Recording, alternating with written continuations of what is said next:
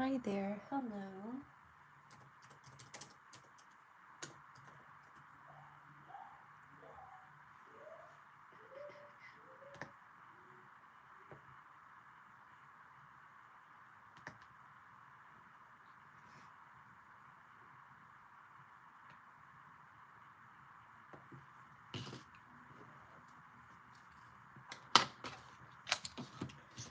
All right, we're gonna see if I am capable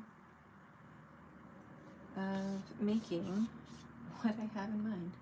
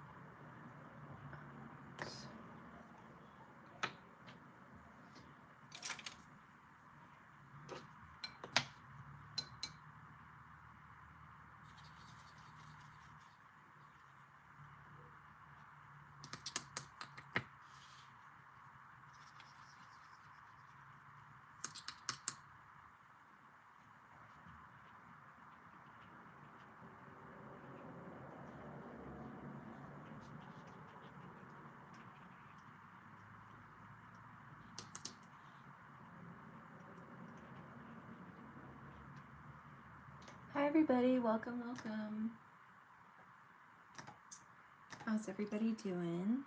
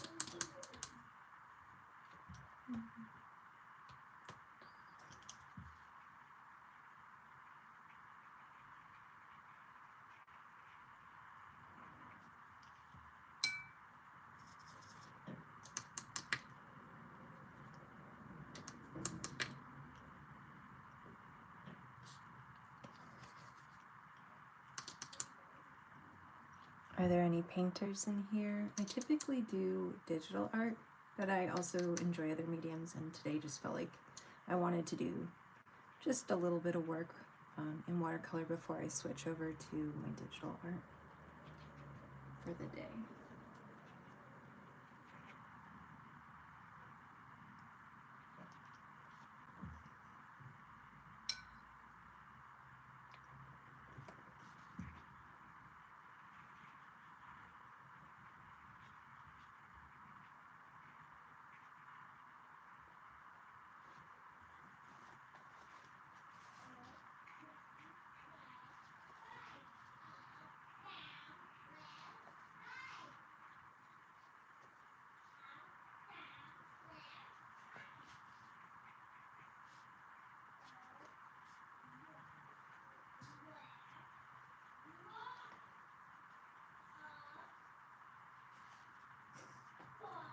I don't know if you can hear my kiddo in the background.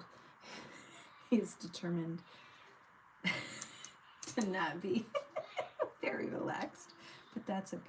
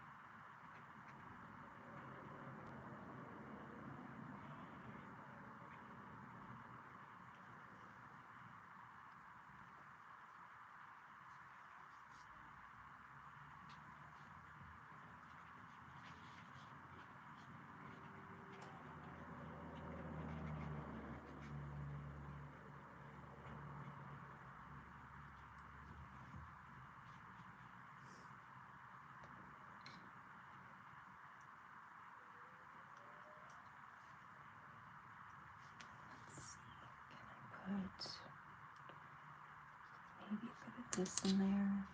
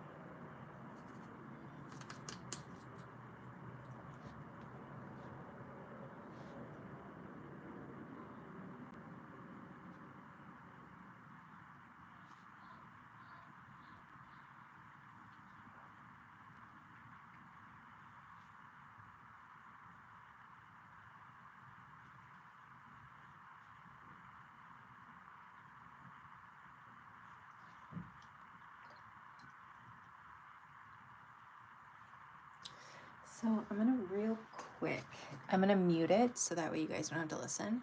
I'm just gonna take my little handheld heating tool just to expedite the drying process a bit.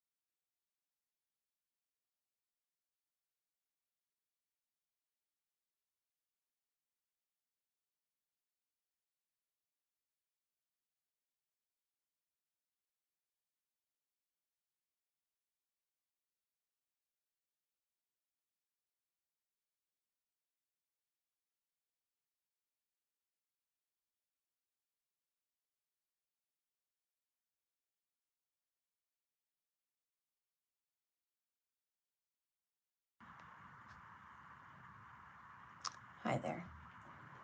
I am back. Let's see.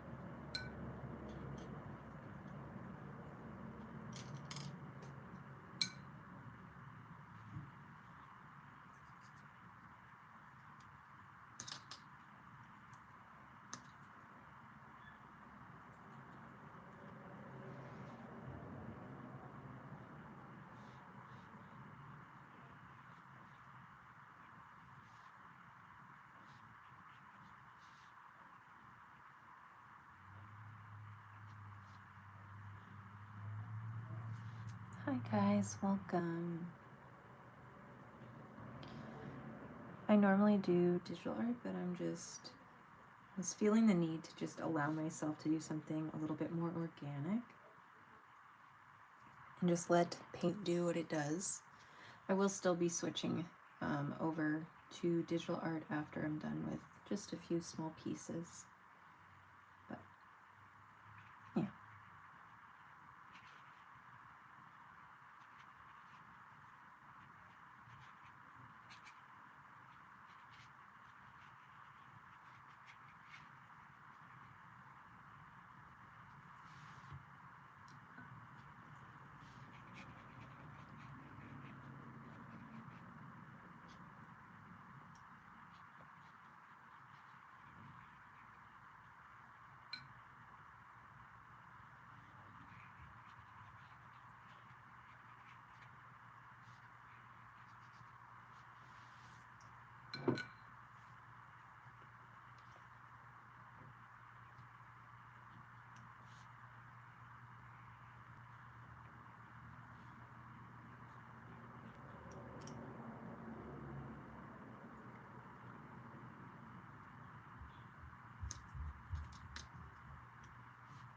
Maybe I'll use a different brush.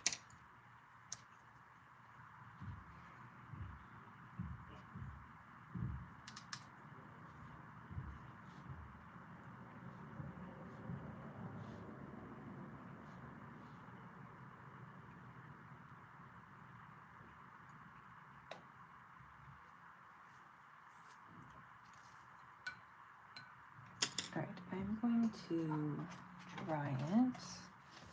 I'm going to turn off the sound so that way you don't have to hear this.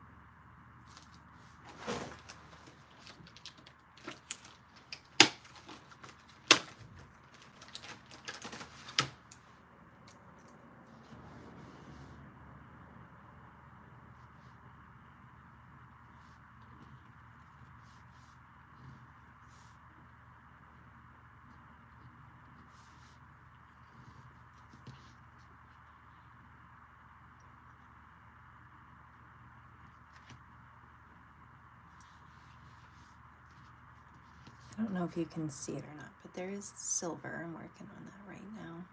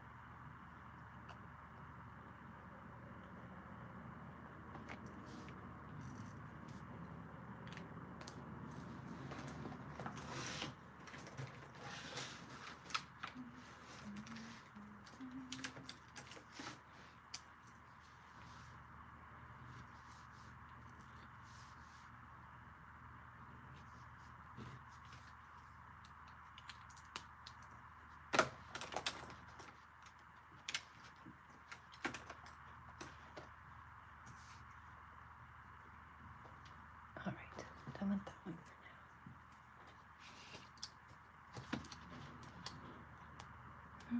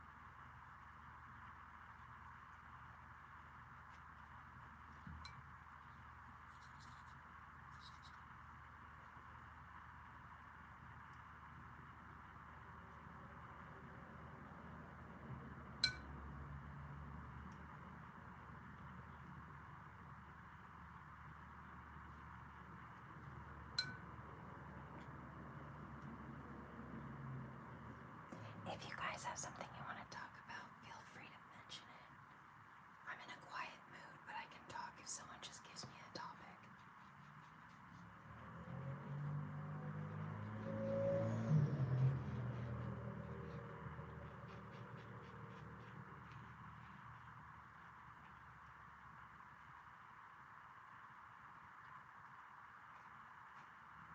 I haven't done watercolor in a while, and I have a cat now, and I didn't have a cat that got on my desk before. Now I have a cat that does, and it's evident by the cat fur that's getting stuck in my paint.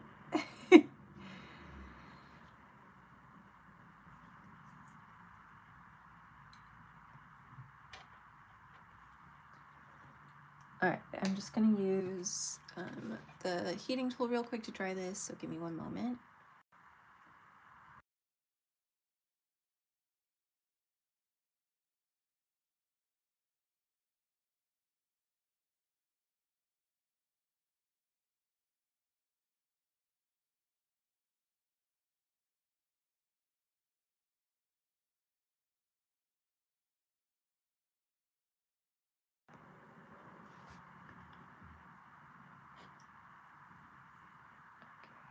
Let's get this green.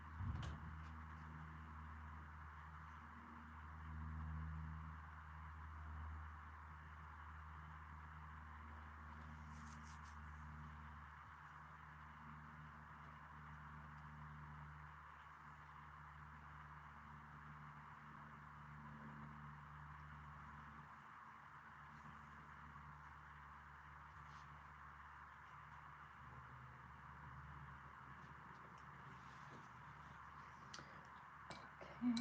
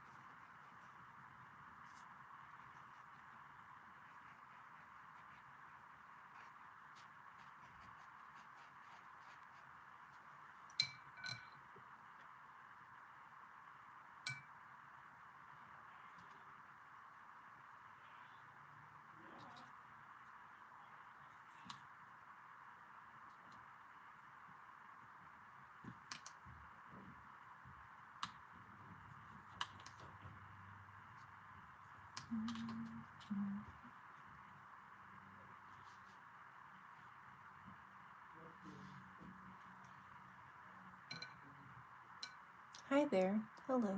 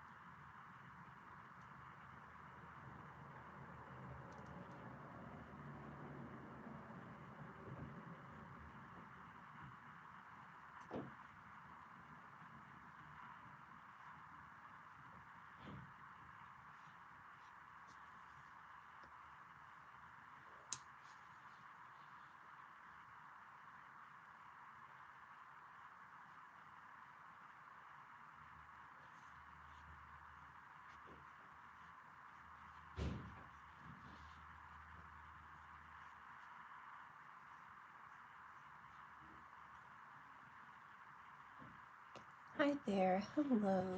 Welcome.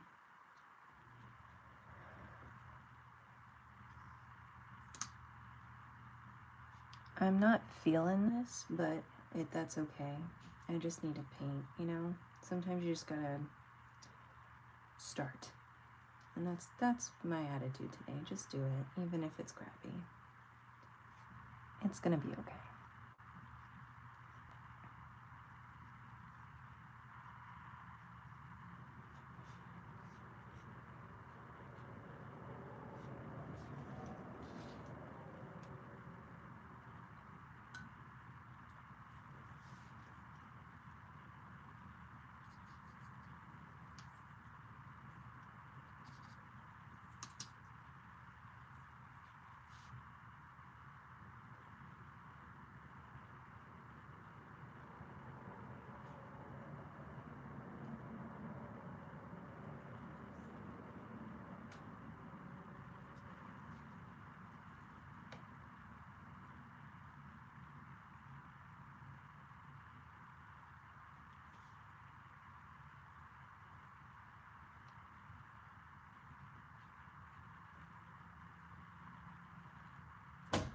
Oh gosh, that scared me so bad.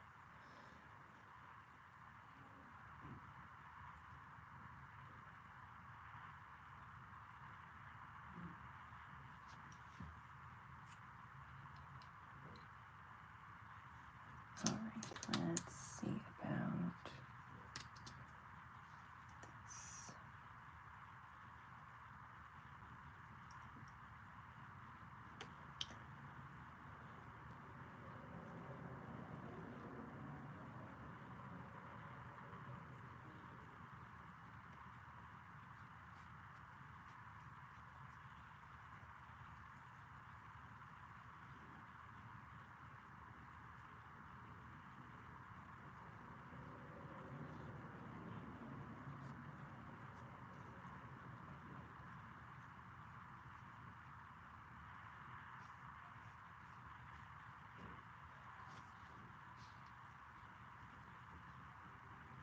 Hi, hey there. How you doing? Good to see you. Welcome. I know it's been a while. I hope you're doing well.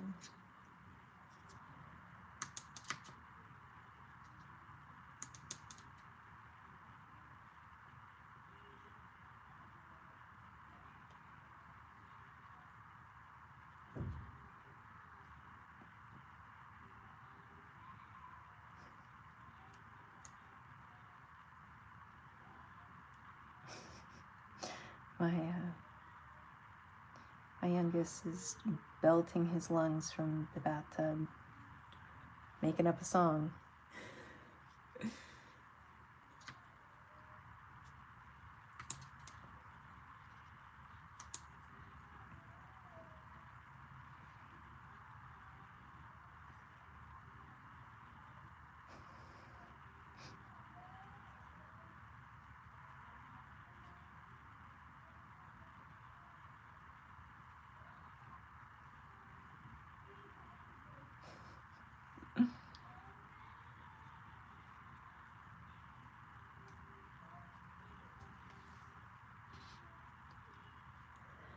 I'm doing okay. It's been rough, but that's, it's fine.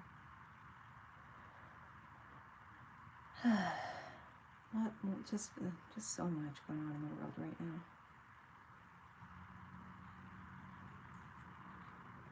How are you? I'd much rather hear, how are you?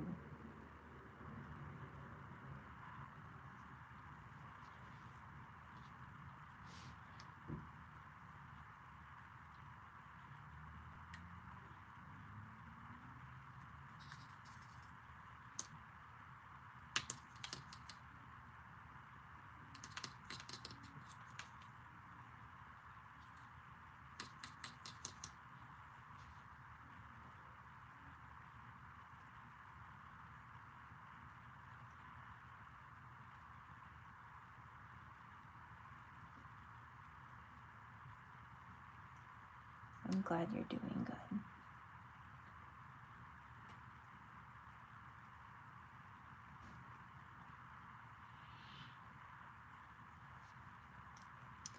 Okay, I think I'm done with this one for now. This was the other one I did. It was my first one in a while. It wasn't fantastic, but I got colors down and that's all that matters. And then I got some silver on it for the stems. And let's see, I'll do one more watercolor just to really push myself to do something that I don't want to do. And let's see. Okay. Blank canvas. Question is, what will I do with it? Let's see. Look for inspiration is a good start.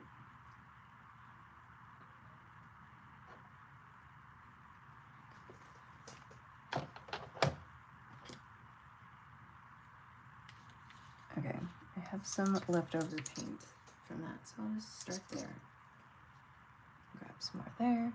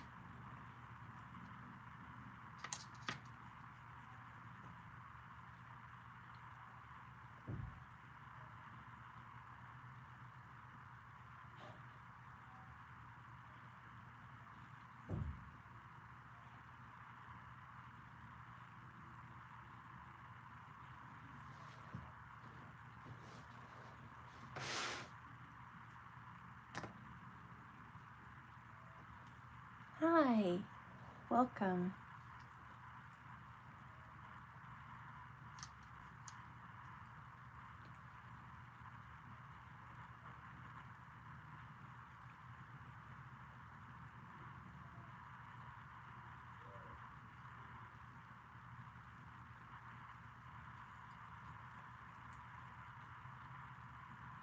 Oh, thank you. I honestly have no idea what I'm painting. I'm just kind of going with it. I really love nature. I tend to always come back to nature, so just kind of painting that. Phew! Sorry, guys. Everybody in my house is sick right now, so I think I'm also fighting it as well.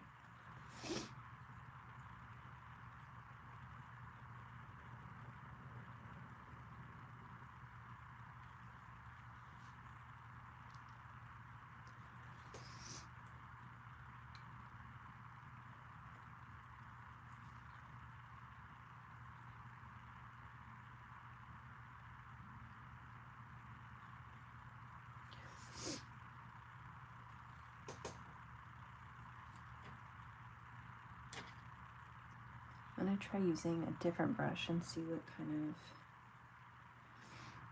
shapes I can get out of it with a slightly different color.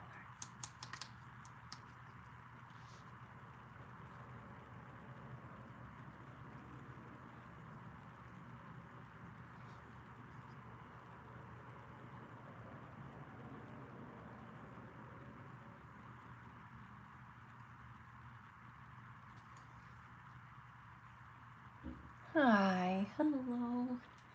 Good to have you here.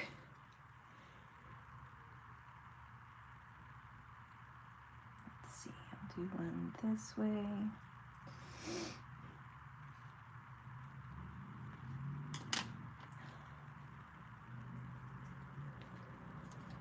Grab some of this color and this color.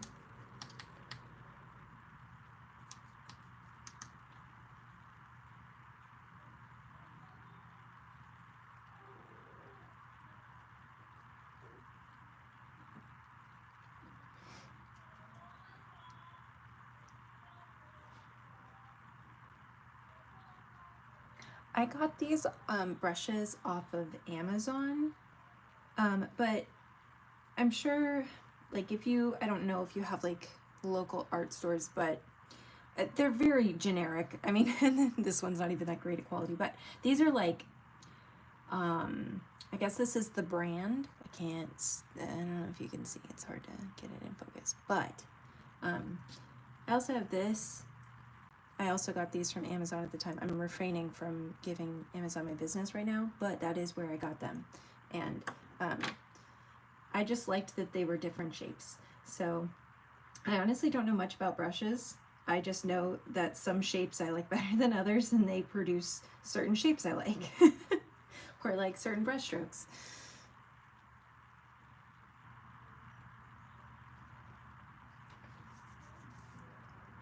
Let's see. Ugh. I don't know if that helps make it easier to see it all, but there it is.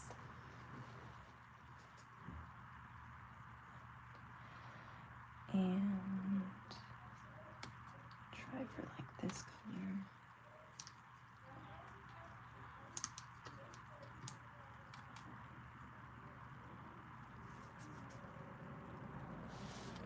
I'm just gonna move this because it'll make it a little easier for me to paint. A little bit of one right there, and maybe just a little bit there.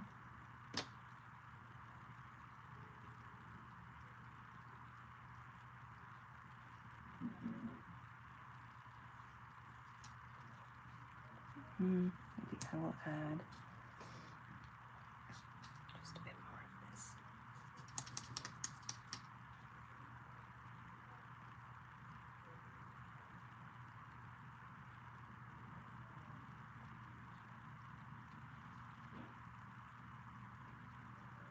Oh, thank you. I'm just like, I'm feeling like I need nature to ground myself. And since it's too cold to really enjoy being outside, I'm gonna paint the outside.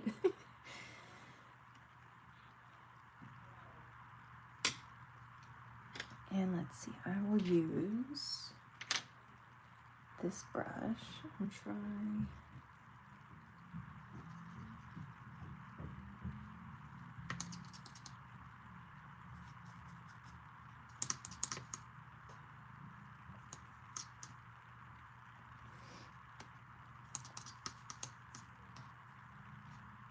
Okay.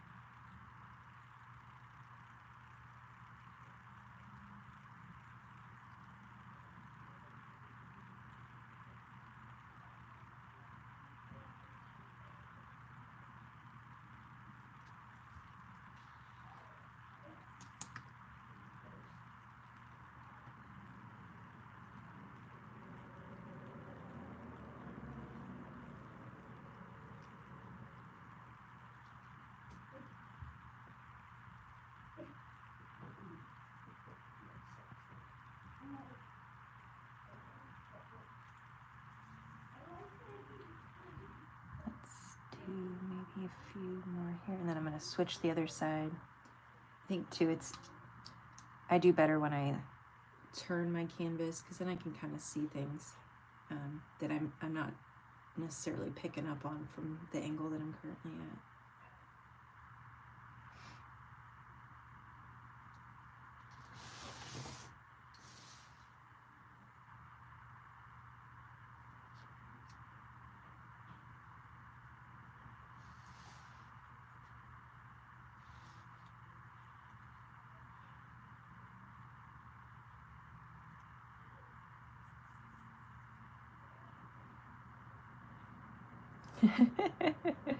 Yeah, yeah. I definitely like, I love spring and summer visually. But I mean, I like I like all the seasons. I always say that I like one more than the other, but ultimately I like them all, just for different reasons and at different times.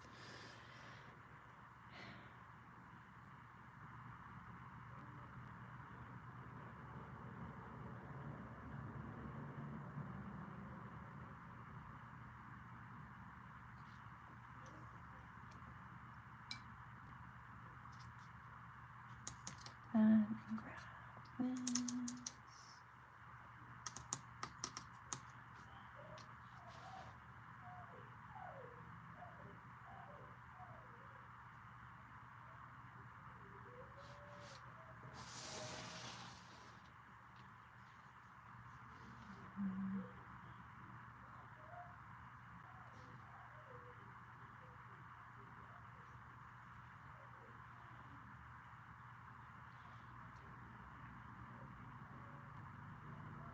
No matter how long I work with watercolor, it still trips me out how it dries, because you just never know with certainty. At least I don't.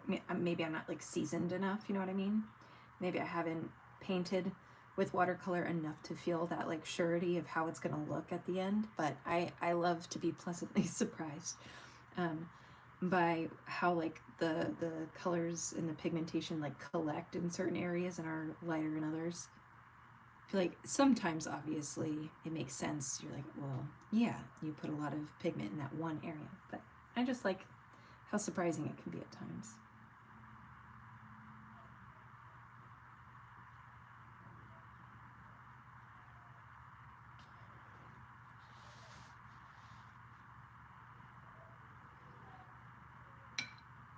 Oh, I just flicked green water on my desk. That's fine. It's fine. Good thing it's watercolor. My desk is white though, so it does tend to absorb color really nicely. Okay. I'm gonna select this.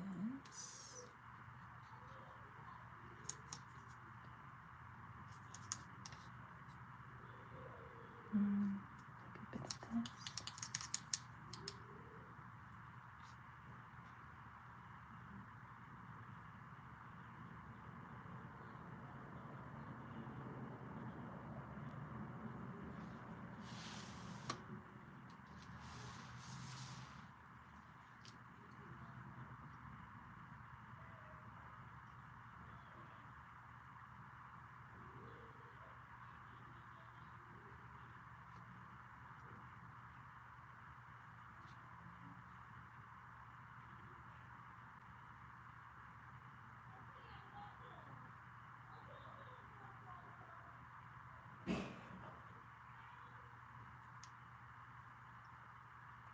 Sounds like something might have broke. Hopefully not, but it's fine.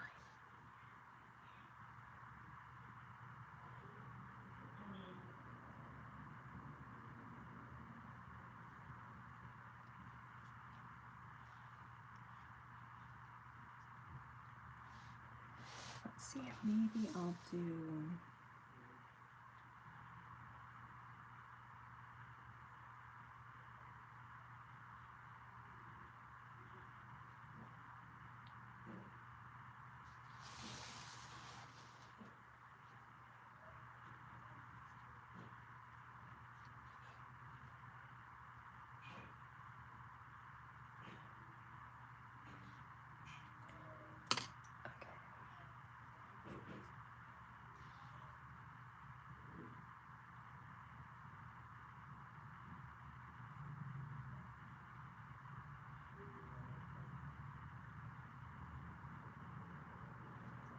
I apologize if my hand is in the way.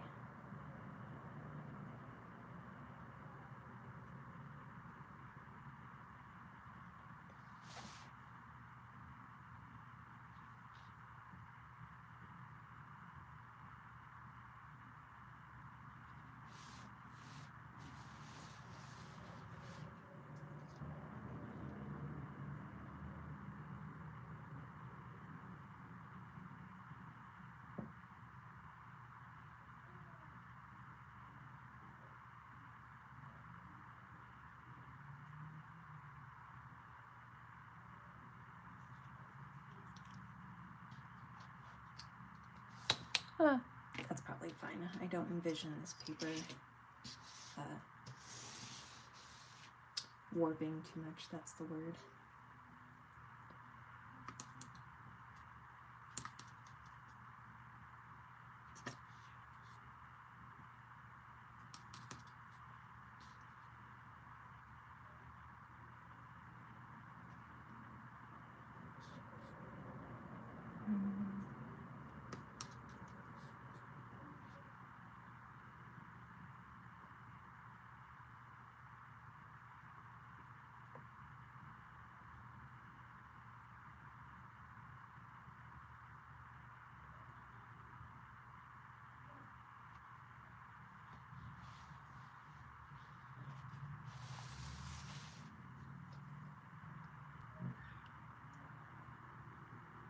Is anybody working on anything as we sit here together?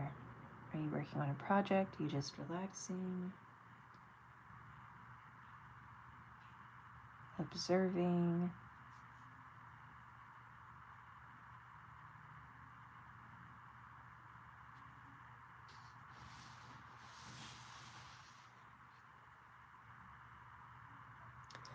So, I have gouache. I have not pulled out my gouache though since it's been a minute. That might be my next. Not might, it will be. It will be my next when I decide to do organic, non-digital work. I need to make myself do it.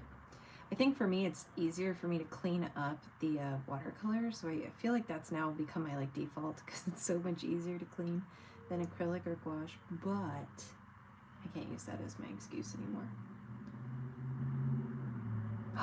Oh, yay, yay, yay. Nothing better than opening up a fresh set of any paints.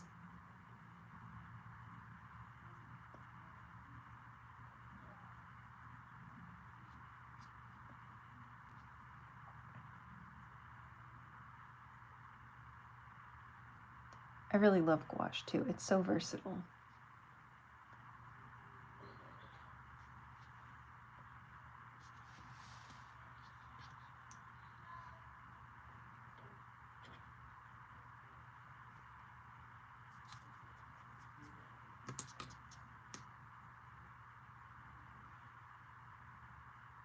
All right, now I have to decide what other kind of shrubbery do I want in here. I really just want to fill the space just for fun. There's no rhyme or reason to what I'm making. I did not plan this. I just decided I needed some greenery in my life.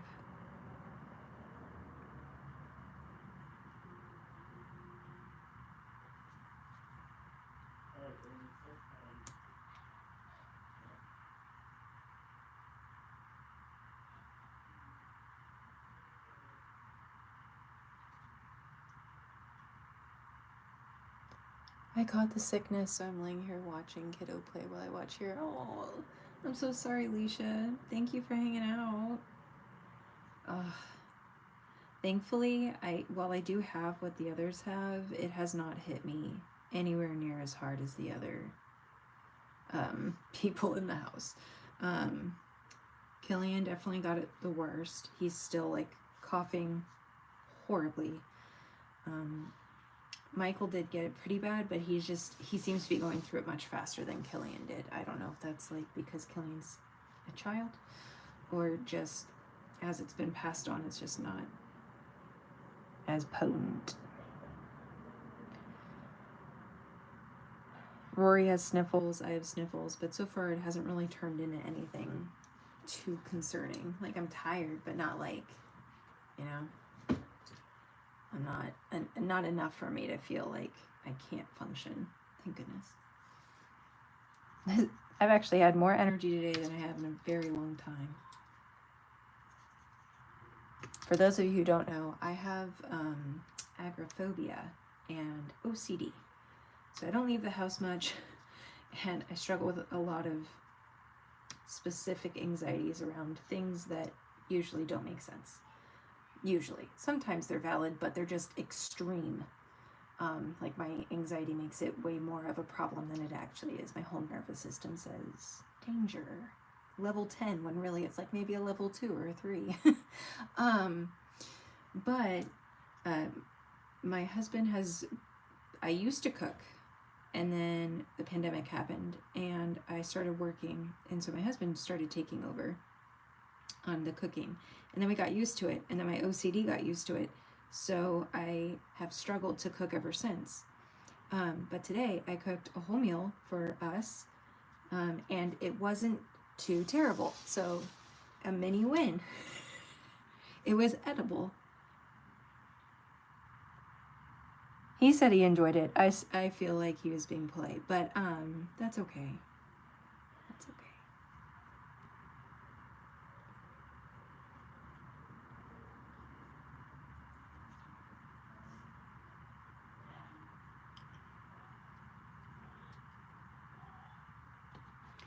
I don't know if you guys can tell, but my wrists are very dry and red right now from how much washing I've been doing from my OCD.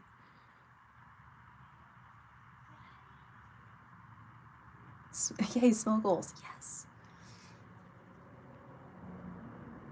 I've never wished a kid would take a nap so much in my life.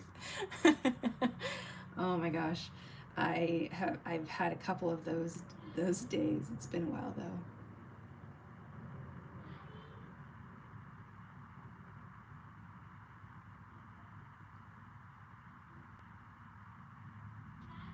Hold on one sec, guys. Oh, never mind. My husband's got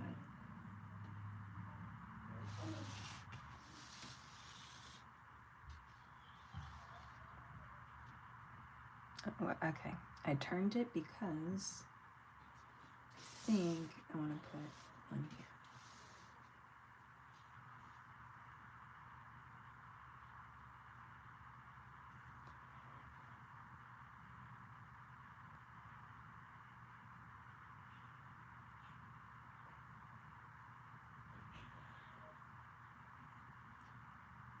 And let me just be clear. It's not that I'm lazy when it comes to making food. It's that making food gives me level 10 anxiety and takes me like 4 to 5 times longer than the average person because I have to wash my hands between every single step that I do. And I'm not exaggerating, unfortunately. Unfortunately, I am not. Maybe I'll do this here too.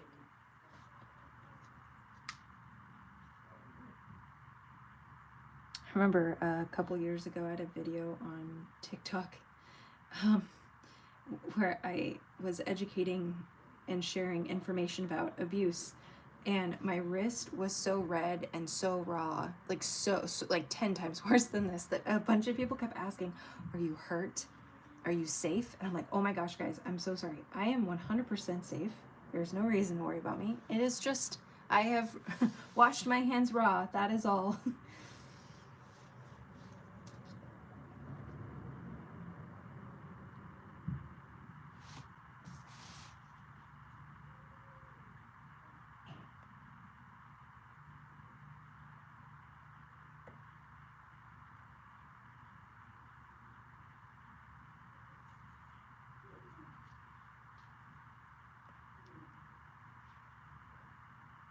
Speaking of the topic, have any of you guys heard of the term learned helplessness?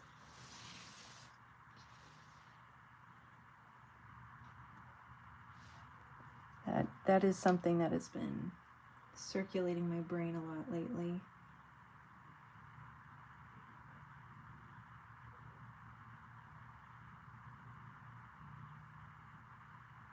Not in for my specific situation, just as like a whole.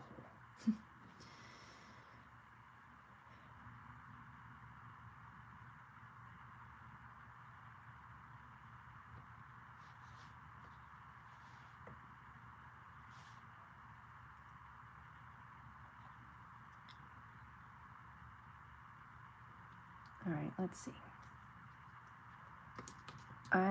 One thing I am looking forward to is when it's bright out in the evenings, because it makes painting later in the day so much easier. So oddly enough, right, so OCD makes no sense. Paint does not bother me if it gets on my hands, because I know I can wash them when I'm done. But like if I had paint on my hands and then I went to eat, that would be like a... I have very specific OCD with food, and fear of like food poisoning.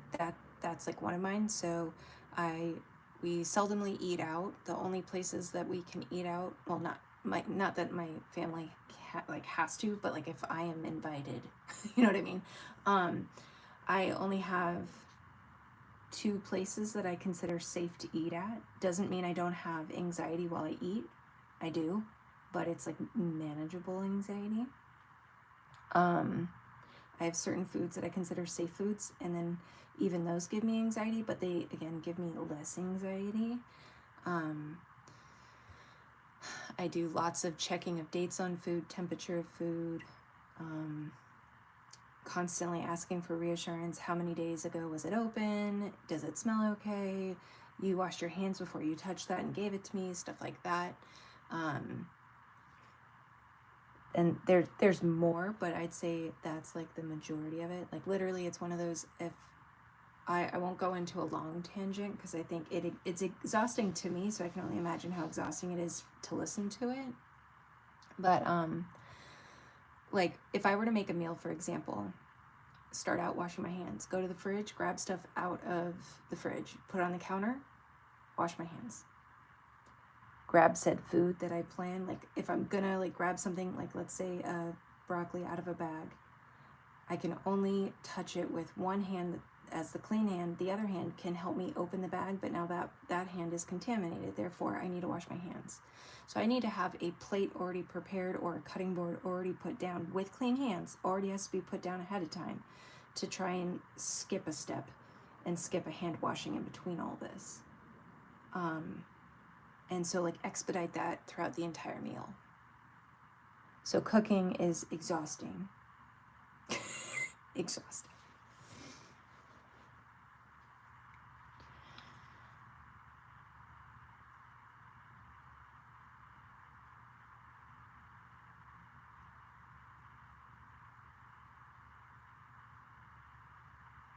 And logically, I'm very aware of like how the behavior is, like I am very aware, not everyone does that.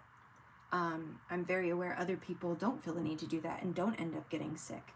But unfortunately, my brain, like in my body, my nervous system doesn't agree with that. So while I intellectually, logically can be like, people eat out every day and they're fine, or people eat without washing their hands, or people, you know, prepare food and don't wash their hands as often as I do and they're fine. Well, I acknowledge that totally, 100%. I can even watch people do that and be like, good for you. But I myself cannot do that without literally feeling like level 10 alertness in my body. And it's so ridiculous, it's so frustrating, because like it's kind of like sometimes it feels like being in a cage in my own brain where I'm like, why do you care so much about this? Everybody else is fine. Why must you fixate on this? But I can't let it go because my whole body is literally telling me, you have a reason to fear for your life right now. Now, that doesn't mean that I have to live that way. I work on it all the time. Believe it or not, my OCD used to be significantly worse than it is now. which is what landed me with the diagnosis, was because I couldn't function anymore. I can function now. Sometimes, most times. But, you know, I think a lot of people, like, they try to, like, explain away the anxiety or the distorted thinking with logic when they, like, find out, like, oh, you have a problem with this? Well, did you know? You know, and they'll, like, maybe read off statistics or whatever. I'm like, no, I'm aware of the statistics. Unfortunately, my body disagrees with you and the statistics. Intellectually, logically, you and I, we're on the same page.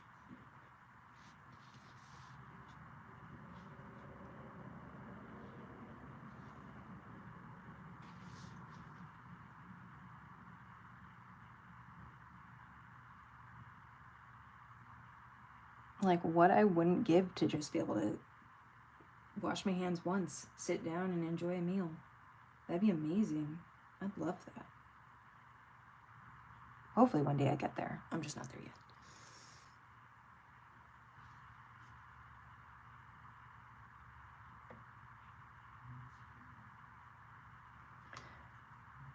I think too, like, the way that, like, OCD has been portrayed in, like, media and movies and stuff, which it's hard. It's really hard to portray any sort of mental health disorder, you know, in a movie and stuff, like, because it's only the, you know, we're seeing the external representation, but not necessarily the internal representation of what's happening. So sometimes people think it's like, oh, you just really like to be organized. I'm like, it's not. I personally actually have zero organization OCD. I don't have that. Not that I'm messy, but I don't get anxiety. I don't have a fear of anything bad happening. I don't have anything that comes up for me like that. But I know some people do suffer from that, and I know that for them it also feels debilitating. I just personally don't get it myself.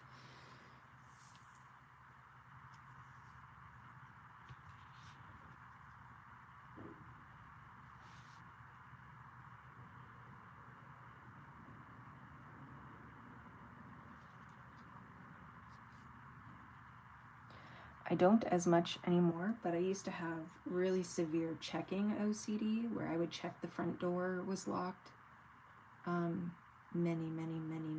times in a row, and still second guess if I actually locked it or not. I would be, so I was on the 3rd story of my apartment building, and I hadn't yet been diagnosed, so I didn't really understand what was happening to me. And I had grown up in abuse, and I had been gaslit a lot, so I really didn't trust my own thoughts at that time. I didn't believe myself, because I was always told how forgetful I was, and then go figure that I have a diagnosis that makes me second guess whether or not I remember things correctly.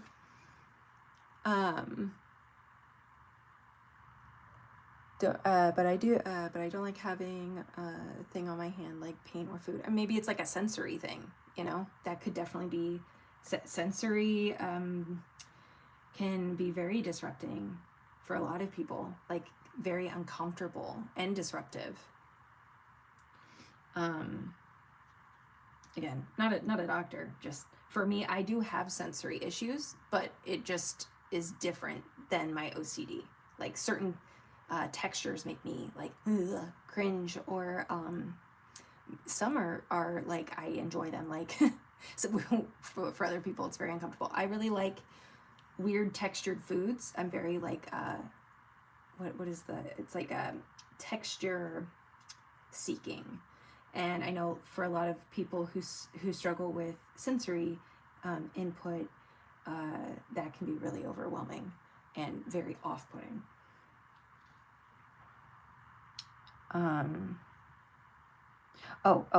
Okay. So I was on the 3rd story of my apartment building, and I'm sure my neighbors thought I was absolutely insane. It's fine. I don't live there anymore. It's cool. But I would leave my apartment and check the door at least 3 times minimum at the door. and then I'd make it about halfway down the 3 flights of steps, and then, or like stairs, and then feel like maybe you're just making it up that you did that. The other one was, well, maybe after you jiggled the handle, you accidentally unlocked the door. So I'd go back up the stairs and I'd check. And then my OCD is in full force today. Relate to what you've been saying. Yes. And some days definitely are better than others, but there are some rough days in there. So then I'd check it like the 4th time, maybe the 5th or 6th time, and then I'd be like, okay, and then I'd make it sometimes all the way down the 3 flights of stairs, but sometimes I wouldn't make it. Sometimes I'd only make it, halfway, 3/4 of the way, and then go back up to check again. And then all the times towards the end when it got really severe,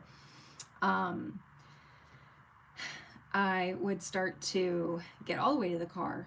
And then once I got in my car, then I would be like, oh, you should check one more time. So then I would go to leave my car, struggle with the car door. So I'd be sitting there locking it, and I'd need that sound verification that my car door was in fact locked. So I'd need that beep. But my car beeper ended up losing its battery at some point. So then it became this added step of me being trapped at my car, making sure the handle was in fact locked like 4 times, then going all the way back up the stairs to check again on the front door. I'm just talking about it. Makes me cringe, but it's fine. It's fine. So yeah, it was very painful and exhausting, and a lot of people don't get it in the moment. Once I had a name for it and my husband could, there's like a lot of good like workbooks and books where it has parts for like partners and family members to like read so that they understand what you're going through better and how to support you better. But before that, my husband was like walking on eggshells around me because I was like, oh my God, did you wash your hands? Oh my God, why are your shoes still on? You should take your shoes off. Like, I was so jumpy all the time, and I didn't know what was happening to me either. So I just was like emotionally all over the place, not understanding why I had anxiety about all of these things, especially things I'd never had an issue with before.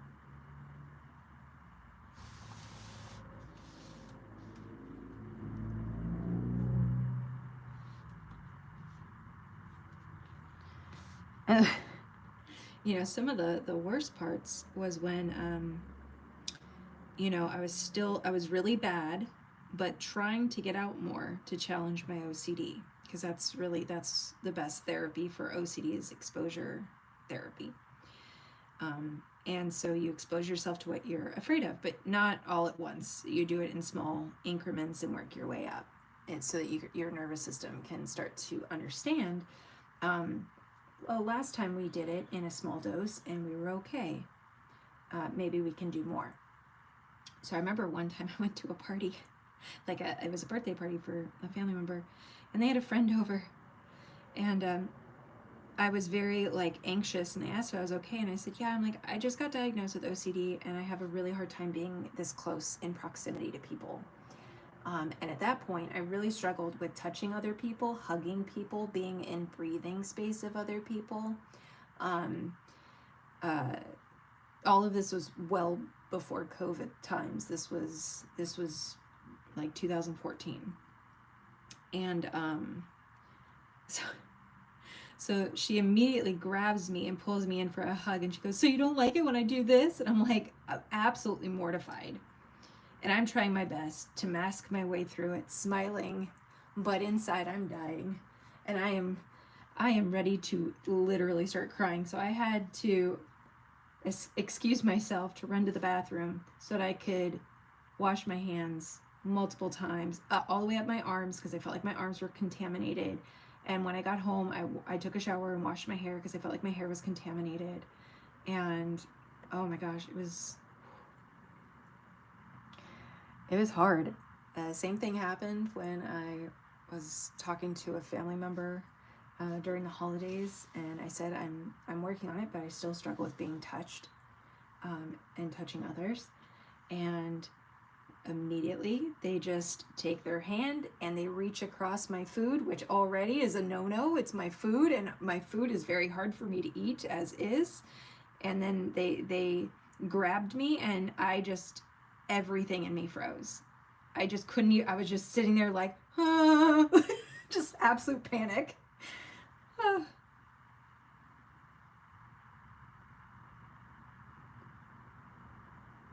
Absolute panic.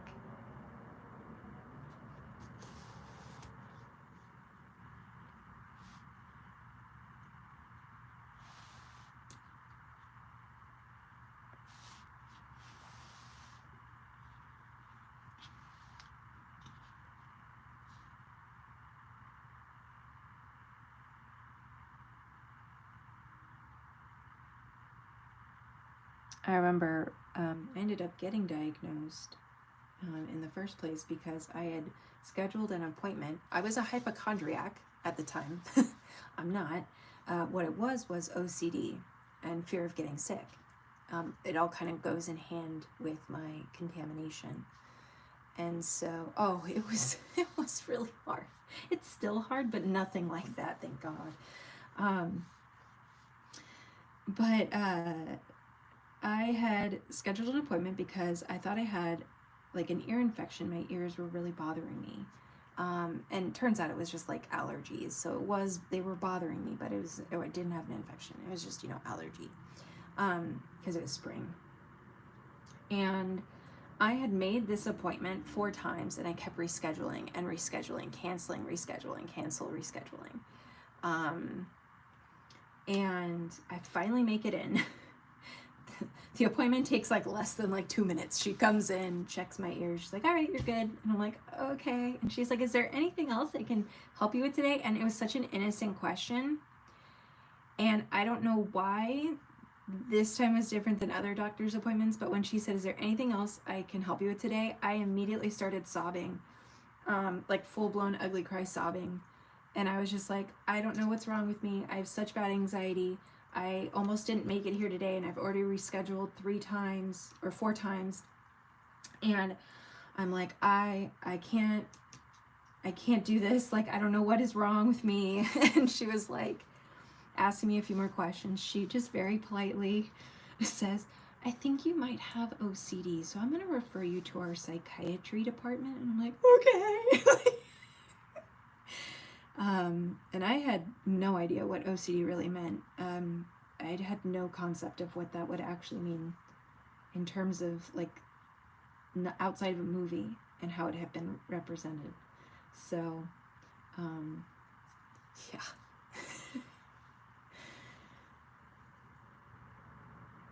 My poor doctors.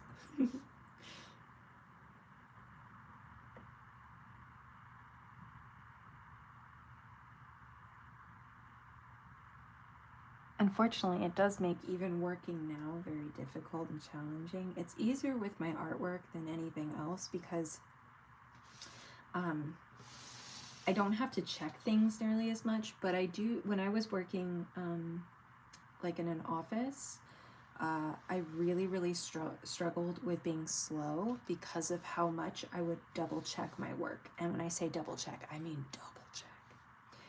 More like quadruple or so check. And it was very frustrating. And then when I eventually realized that I needed to not work in an office because it was so triggering, I had my own graphic design business for a while.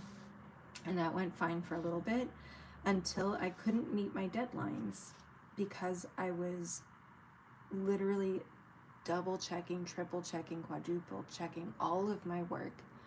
And I kept having like irrational fears of like, what if I like did something they like didn't ask of me? Maybe I'm confusing clients. Like it was so bizarre how my brain could just take it and run with it. That was not pleasant. So this work tends to be easier for me, where it's just me and my own painting. And if I let myself down because I suck, it's okay. I like making tutorials. So far I haven't had any OCD issues with that, other than maybe when I'm editing, but you guys don't have to deal with that side of it. When I'm editing, I check a lot to make sure that, like, I said everything right. Now I always worry I accidentally said something wrong, but I limit myself on how much I'm allowed to check.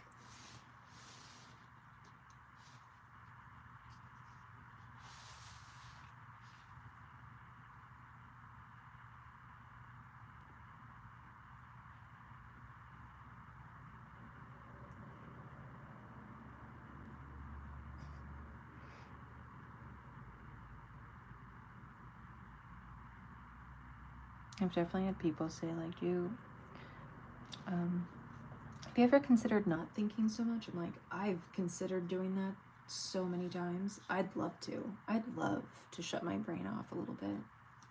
I'd love to not overthink. What I wouldn't give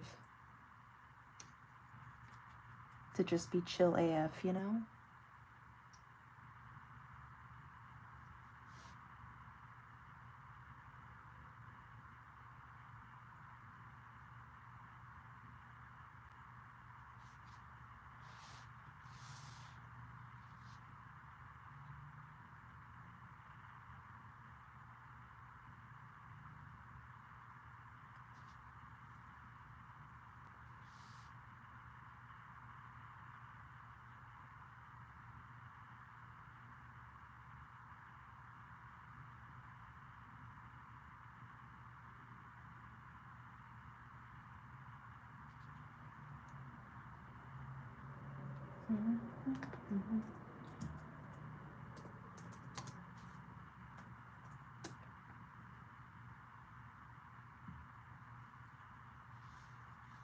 And I had asked earlier, I'm going to bring this up because I think it's an important topic. So if you haven't ever heard of learned helplessness, I think it's really important for people to be familiar with the term, because it literally can happen to anybody. And you won't realize that it's happening until you're in a state of helplessness, or what feels like helplessness. And then by then, it's very difficult to pull yourself out of that helplessness. So learned helplessness is defined as the mental state where a person or animal, depending on the situation, feels that they have no control over their situation and stops trying to change it. It can develop after repeated exposure to stressful or painful situations. It can also happen when you've been told no enough, when you've been rejected enough, shut down enough. And there are definitely appropriate times for the word no and to be shut down. And then there are times where that discouragement is used by someone like an abuser, and it's intended to get you to stop trying to fight,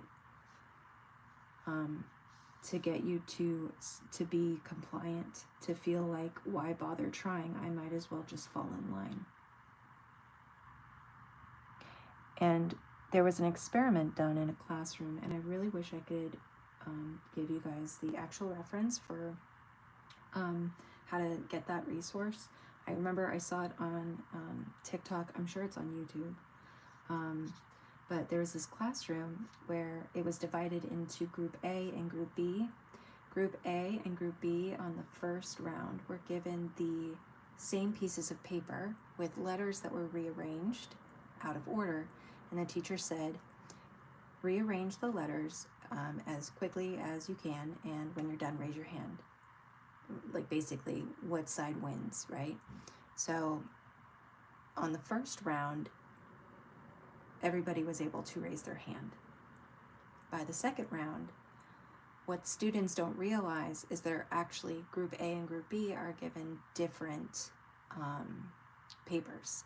So Group A is still given a very easy to rearrange the letters and make words.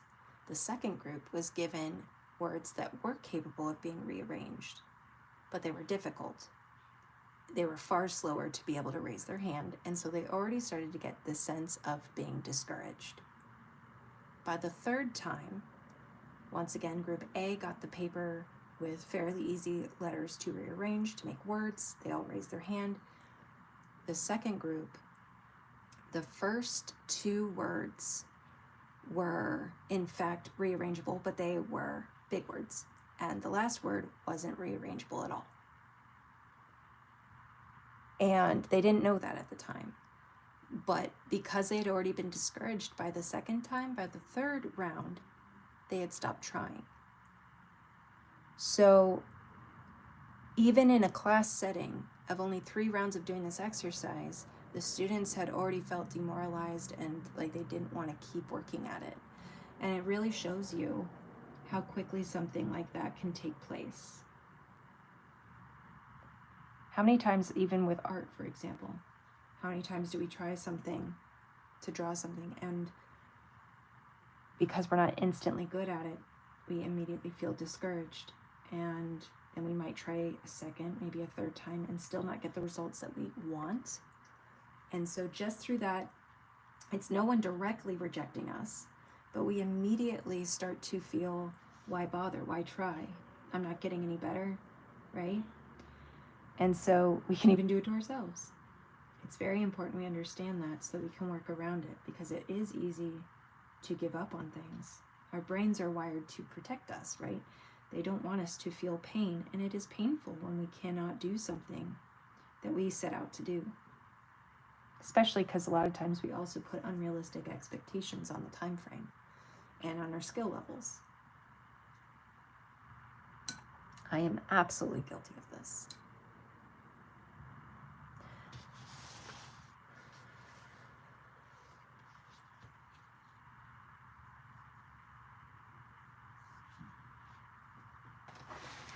All right, let's see. I don't know how I feel about any of these colors. I'm going to try some of these colors. I have gel glitter pens, and I'm very excited. Okay, I need to grab this piece of paper to test them out. Yes. But the more that you know about these types of, phenomena, then that means that you can work around them or with them. Okay, definitely not that one, though I absolutely love the color teal. All right, I'm liking that one so far.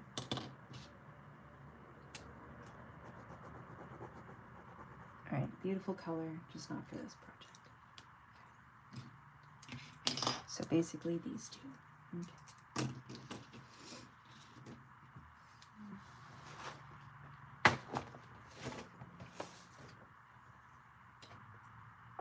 People wonder how people end up in abuse. I mean it as kindly and as lovingly as I can, because I would never wish that experience on anyone, but people wonder, how could you stay? I would never stay. When someone can break down your spirit and they are good at it, they know how to do it, you'd be surprised how quickly that process can happen, and you won't realize it because it's insidious. It has nothing to do with intelligence, because here's the thing, you can know the signs of abuse, you can know the tactics, you can have been through it, done all the healing, and still fall prey, because it has nothing to do with you and everything to do with those types of people are manipulators, and they're wearing a mask, and you actually won't be able to start seeing holes in that mask, typically if they're a skilled manipulator, for at least a few months. So ultimately the goal is to look for patterns of behavior, especially because you're going to have things like cognitive dissonance happening, because you're going to see both good things and bad things happening, and your brain's going to struggle with that dissonance between the two realities. Because of things like cognitive dissonance and learned helplessness, it can be extremely easy to fall prey to someone like that. And it has nothing to do with someone's intelligence or their strength or their character. Those aren't really weighed into why someone can fall prey. I mean, people have fallen into cults. Well-educated people, right? So I just think the most important thing we can do is educate on these types of topics.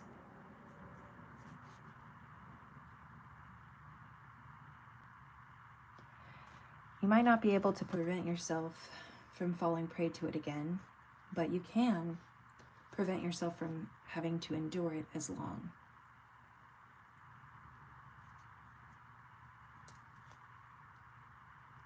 Sometimes people after those kinds of situations are really good at spotting toxicity and immediately rejecting it from their lives.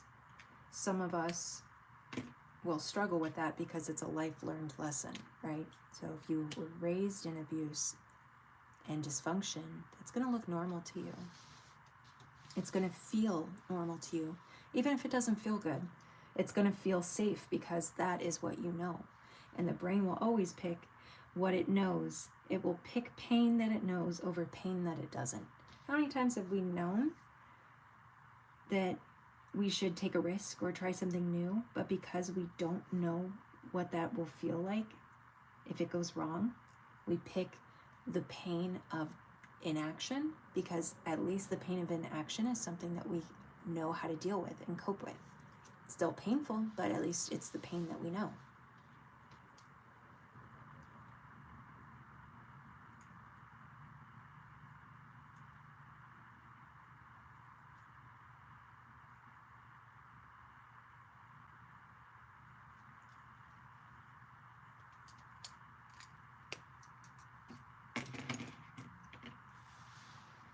And I know these are a little bit darker topics than what I usually talk about, but I think given the state of the world, it's important that we talk about abuse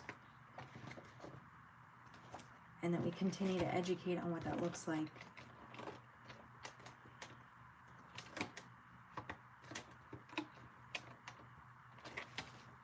There's a lot of cruelty and unkind people. There's cruelty and then there's unkindness. Not great people out there. People have lost touch with community and what it means to, you don't have to understand the other person, but you can respect it.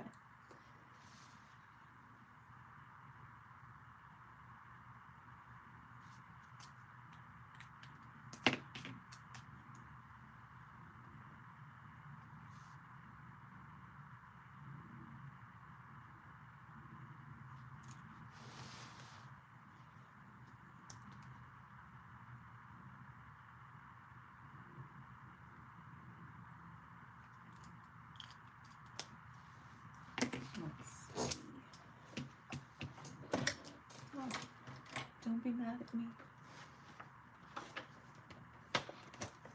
Okay, I think I'm going to take a break from this. I will switch to my iPad.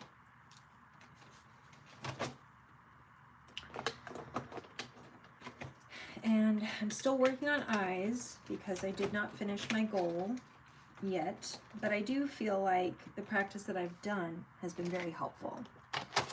So I'm excited to break into the eyes again.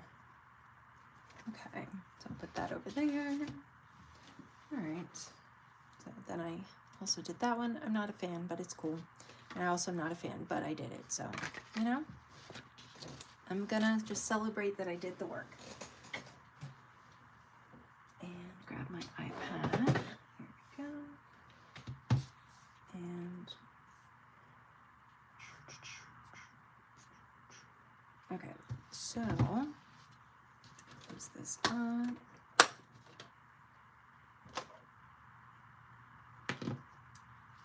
These I did last week.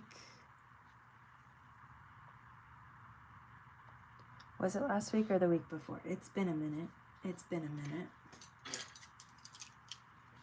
I know I've been absent from social media for a while. At least here.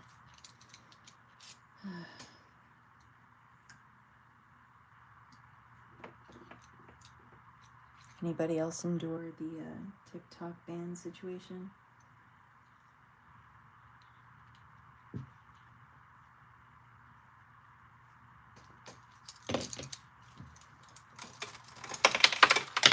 Oh.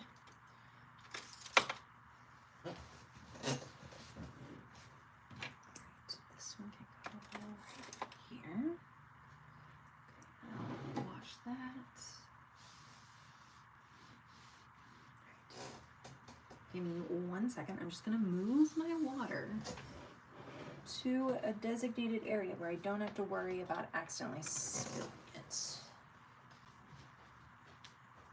Oh, hi, baby girl. Hey. Hi, pretty girl. How are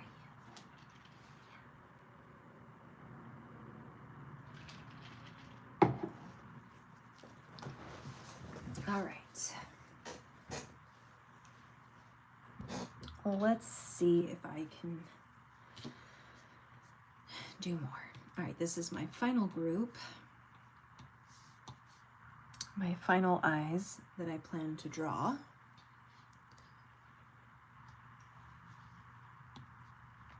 And I'm going to go like that. Zoom in. I might try doing both, because I do think the other one also would be a good practice for me to do both. We'll see. Okay.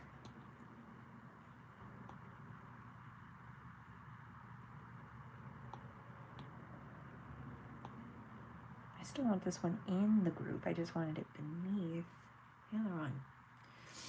That's fine. I'll go like this.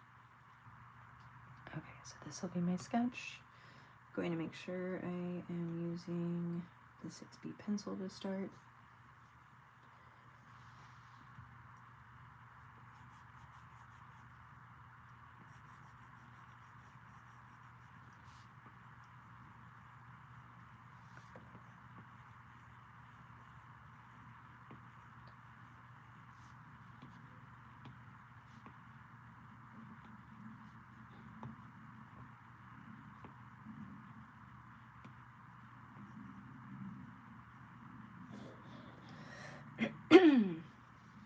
Also, no pressure, but if you feel so inclined, if you press the little share button at the bottom, even just pressing copy would help. You don't have to send it anywhere if you don't have anyone to send it to, but just pressing copy would be great. And if you haven't given this a thumbs up yet, if you could do so, that also help a ton. Thank you.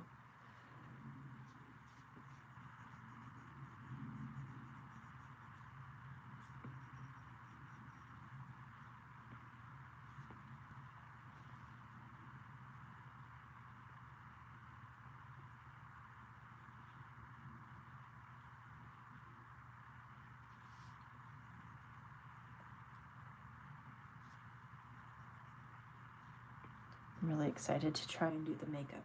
I'm like a mixture of intimidated and excited, but you know, it's fine.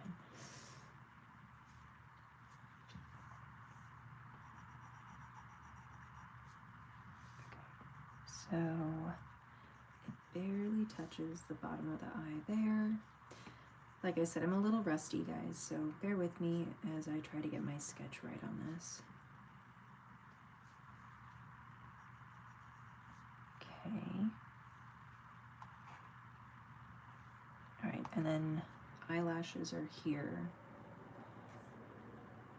Okay, so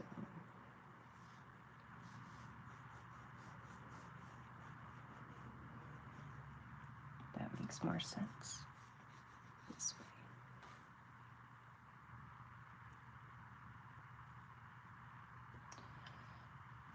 Okay.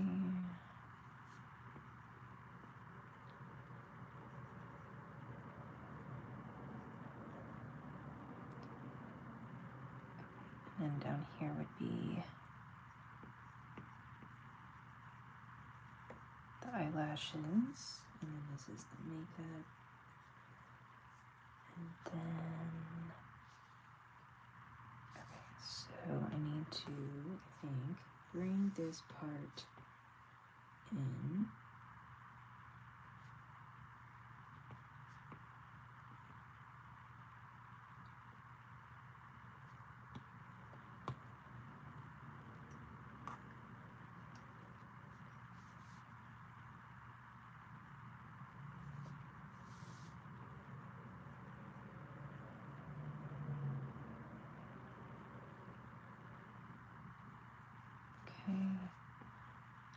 There, and then this here.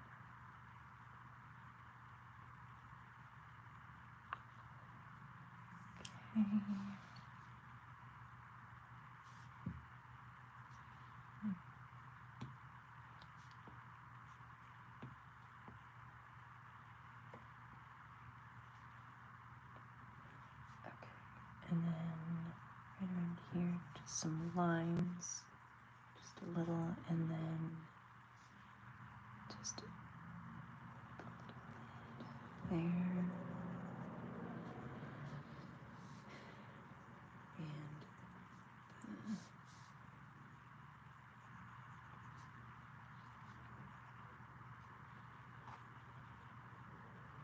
Okay, so if you see me do this before, oh, thank you, thank you. Have a wonderful rest of your day. So I'm going to take the opacity down just for a second so I can compare my sketch to the shape of the eye. I'm not going to change anything about it except maybe the size, but I'm not going to alter it. I just want to see how my perception of the perspective was, like how off I was or how on point I was. So let's make sure it's the right size. Okay, so there's some things that I could have done a little bit different, but overall, I think it lines up pretty well. Again, the only thing I've changed is just the size. I haven't altered anything else. So that just helps me know if I'm on track.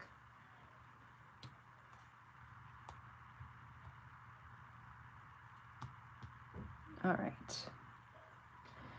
And now I shall try to do the other eye. I'm not used to doing noses yet. That's on the list. So we'll see how I do with trying to space these out appropriately.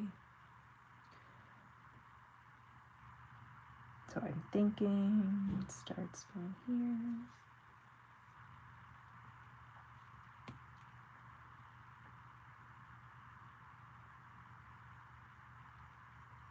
We'll find out.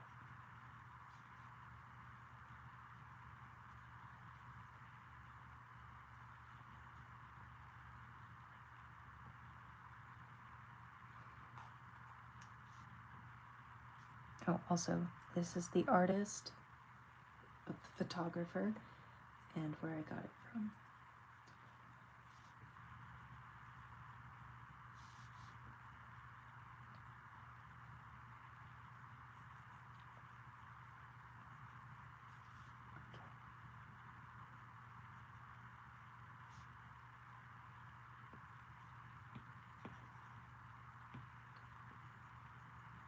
This is more like that.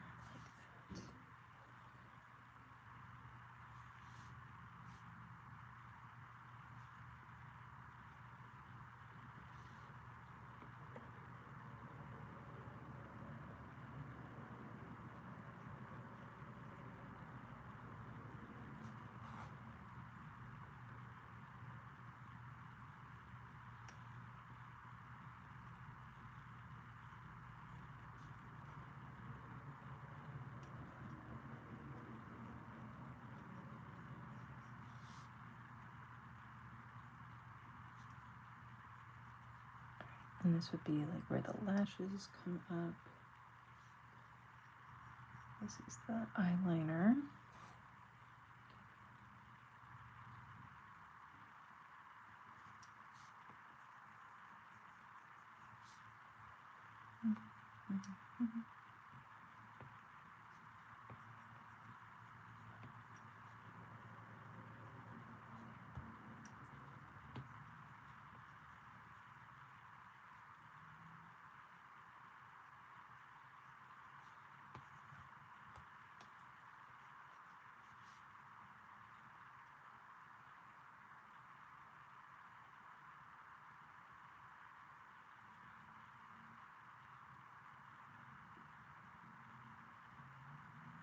Then there will be lashes there.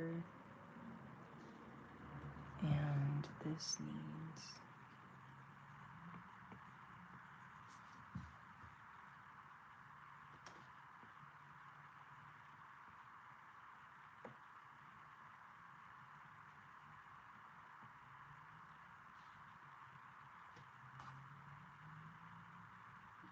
I think this eye needs to be higher. Just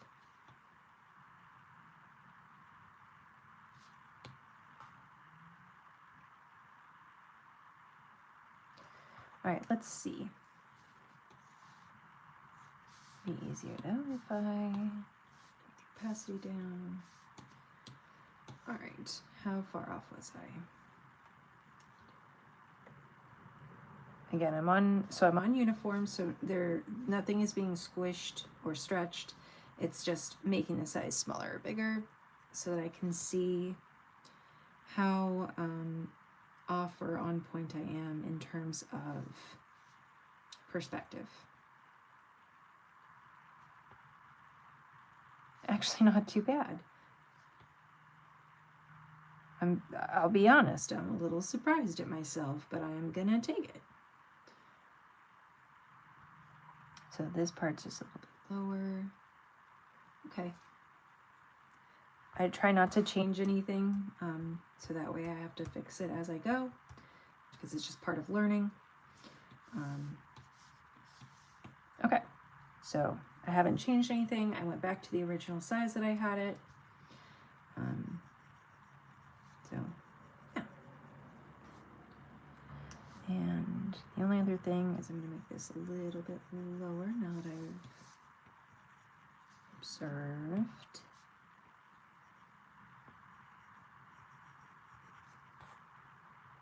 Okay.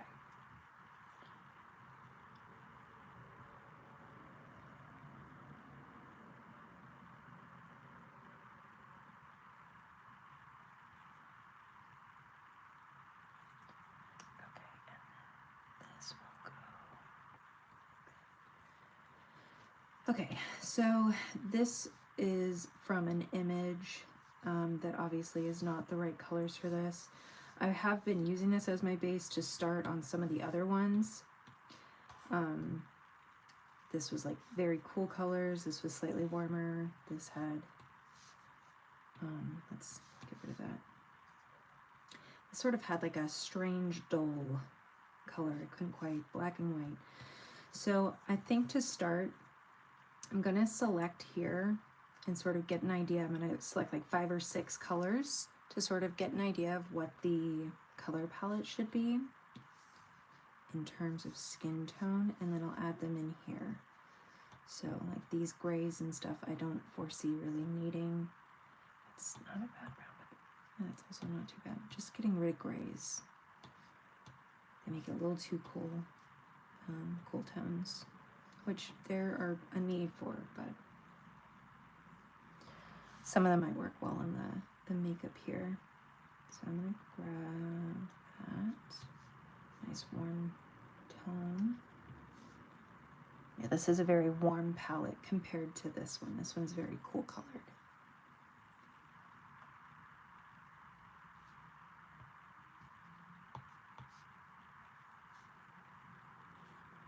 Curious what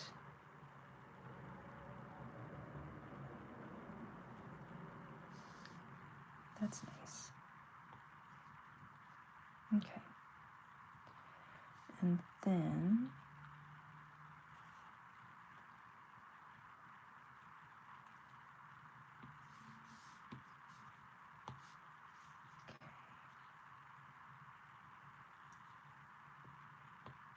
no, couldn't tell if that was the background or not. Okay, so it looks like I have some starting colors minus this gray, but let's see, maybe that might be a good one. Okay.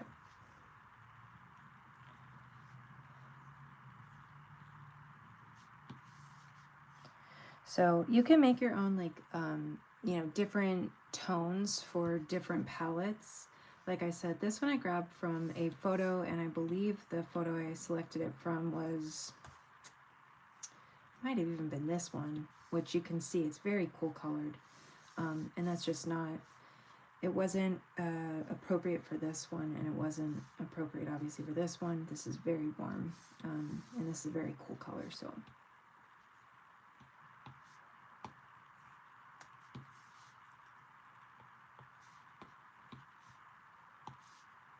I'm going to keep my sketch here, add a layer underneath the sketch.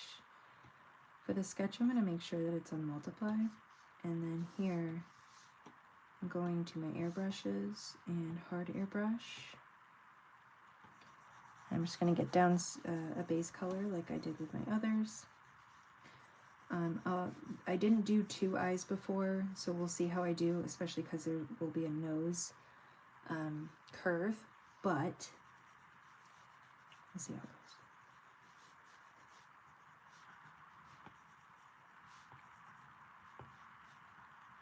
goes. Okay, and now I want to use something that has a little bit, we don't want it too white. Usually it's very seldom that the actual white of the eye is white. You can use that as like highlight, but it's usually not actually white, and in fact the eyes will look really awkward if you make them like super bright white like the background. Maybe not awkward, but it just, see the difference.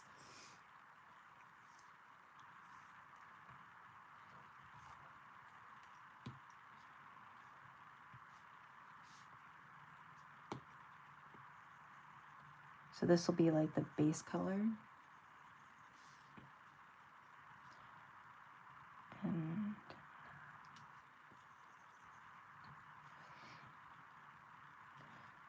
so I also need there to be sort of a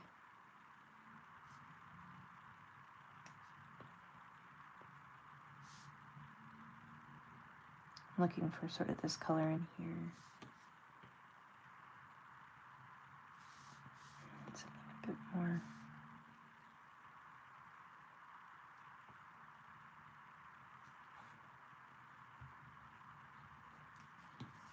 And as I get my colors down more, I'll be able to remove this. But for now, I do want it to be showing enough that I can see where I should be drawing.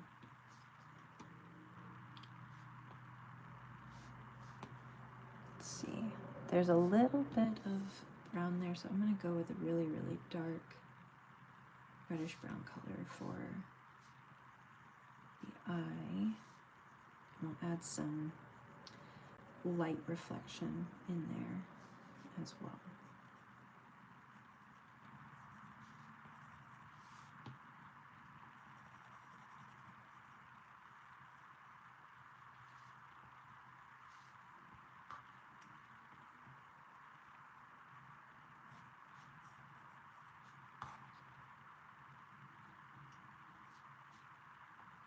For now, I'll select this color just, well, okay, almost. I'm getting a little ahead of myself. I'm going to put the pupil in here.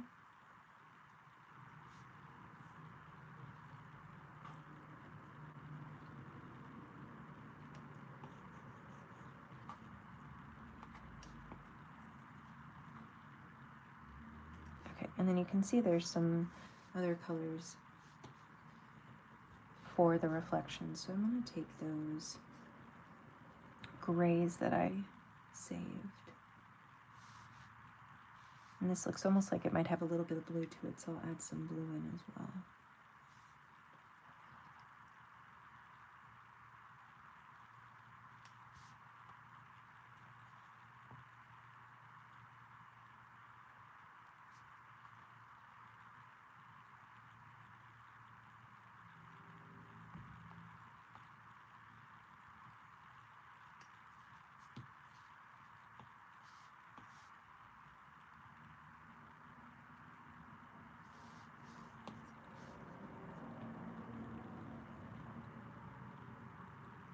I also like to push color on some of these. I love having reflection in the eyes. I just feel like it makes them come to life a lot more, but that could just be me. Okay. This, and make a little bit more.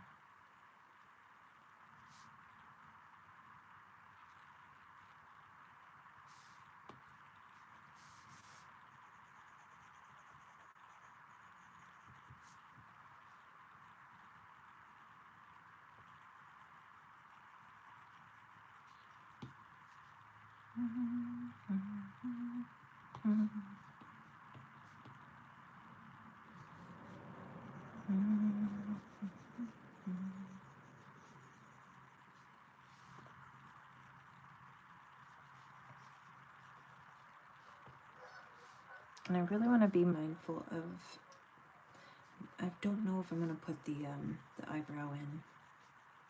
We'll see.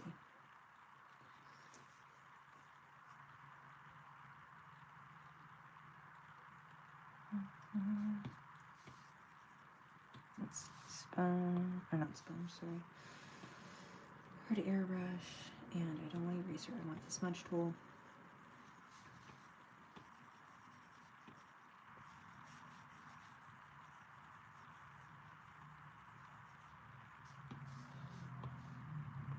Maybe that would be helpful for the line here.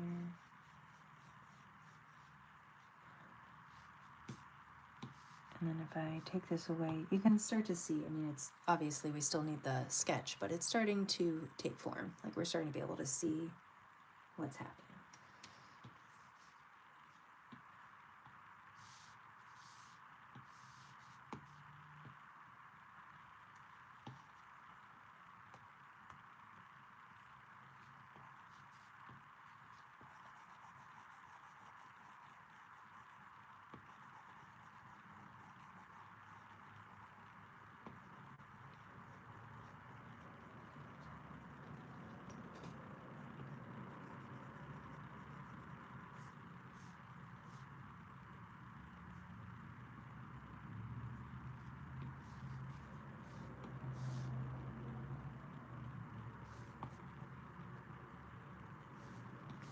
So let's do that. This off.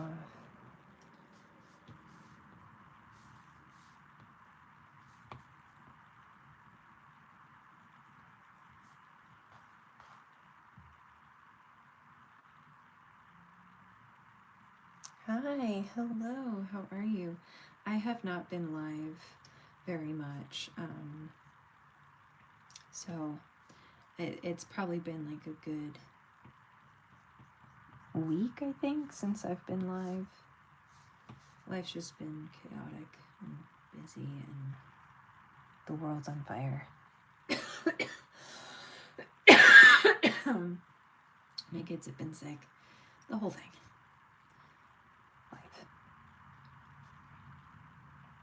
Okay, and then right here you can see there's just some lighter spots that kind of come through to help define the eye. So I'm also going to make sure I do that in a moment here.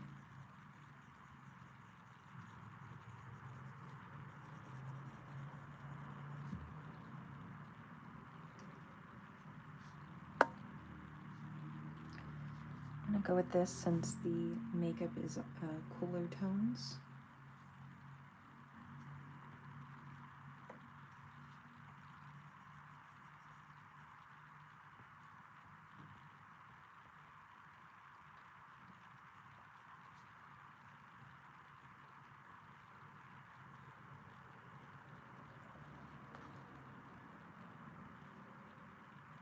Oh, thank you, thank you.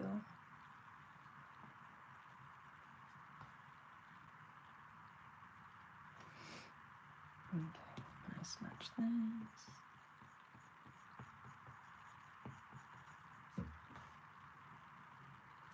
And I will need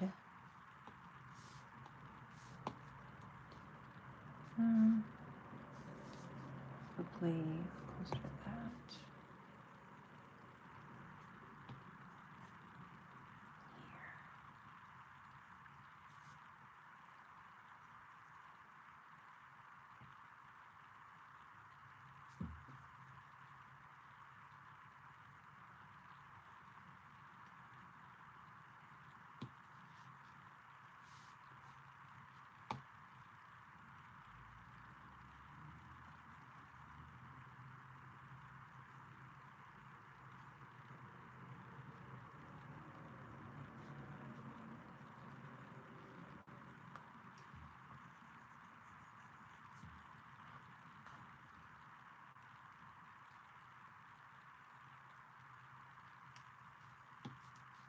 I need some of this.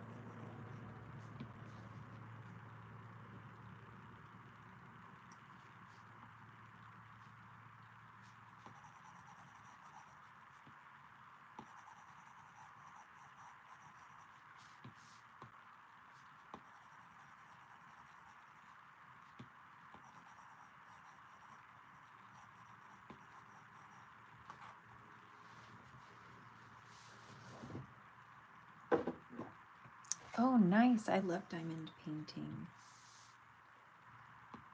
Very good.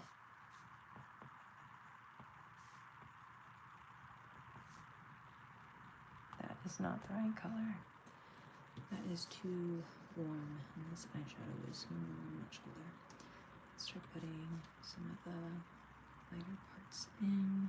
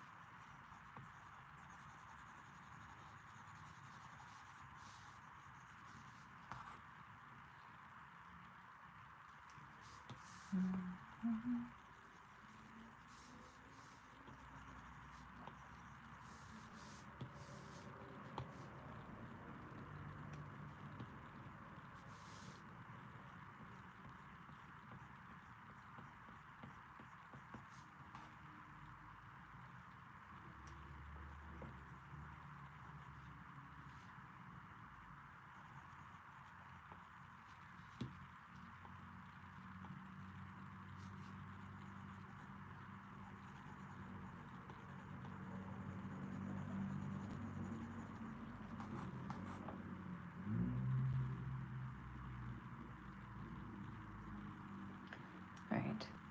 I think slowly but surely I'm figuring this out. I feel like all of my paintings go through that like one, there's usually more than one, but there is like that stage where you're just like, I don't know if I'm gonna be able to do this.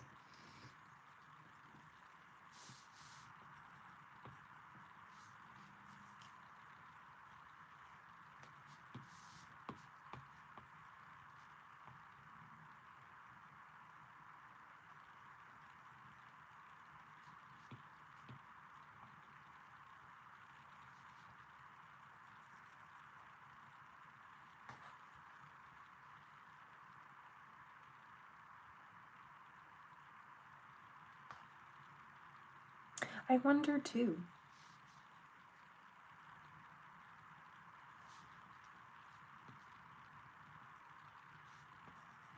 I wonder too.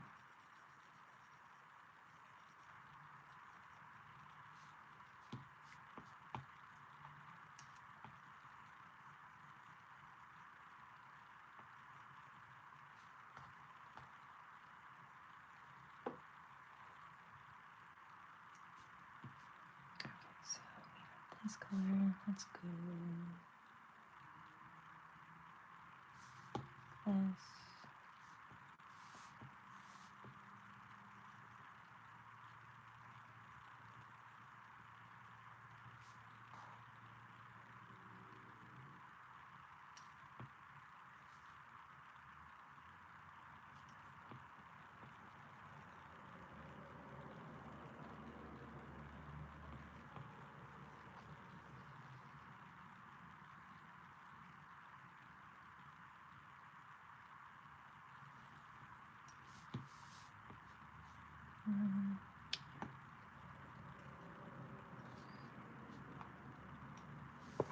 Ow, sorry guys, I didn't mean to move the camera.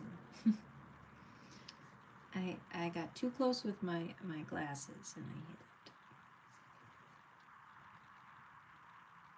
it. It's too cool of a color. I want warmth in it. Give me some yellowy, orange, creamy color. One we'll put a little bit there. Here. I might be making up a little bit of it here and there just because I like to really, like I said, I really like light.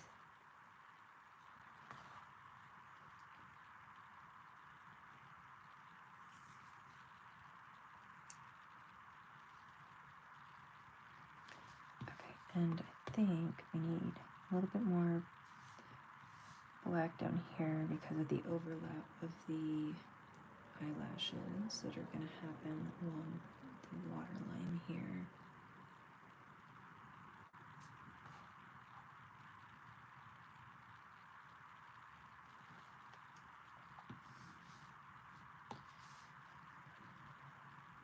I'm going to put a different layer. Try the clay.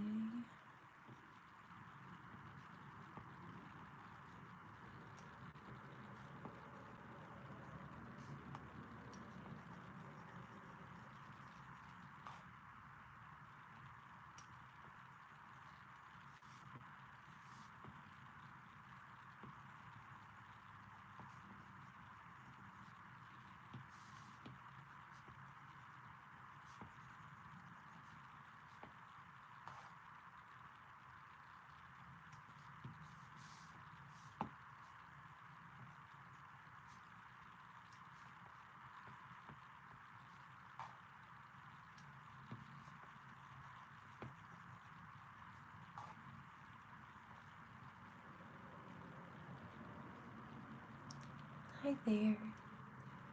Bye, have a good night.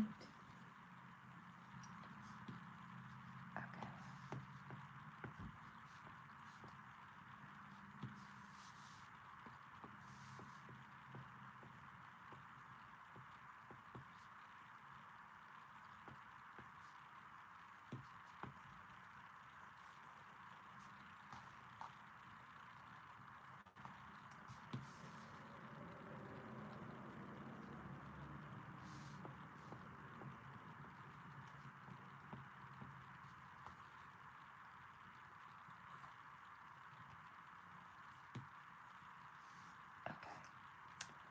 Hopefully that works. All right, and no.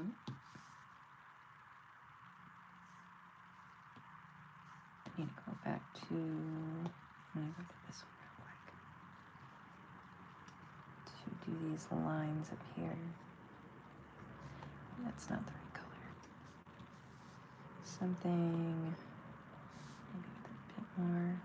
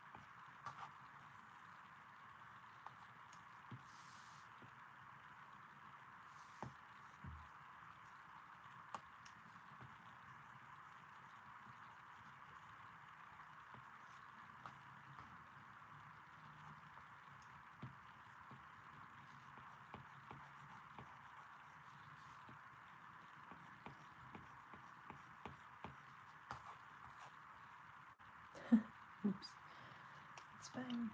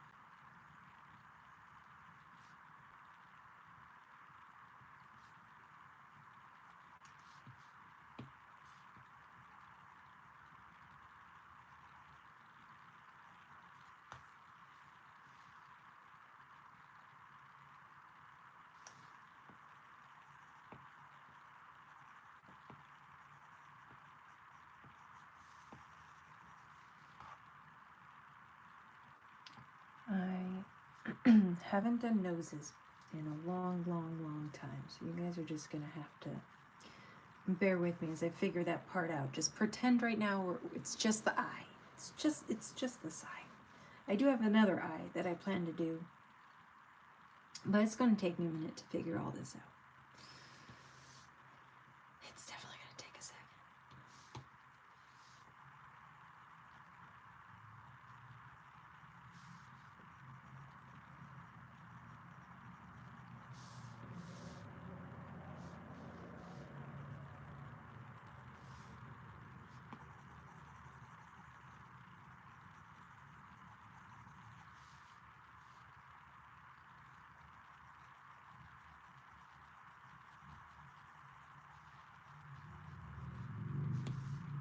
And this is why I started with just eyes, because I can't do the whole face yet. I'm just not ready.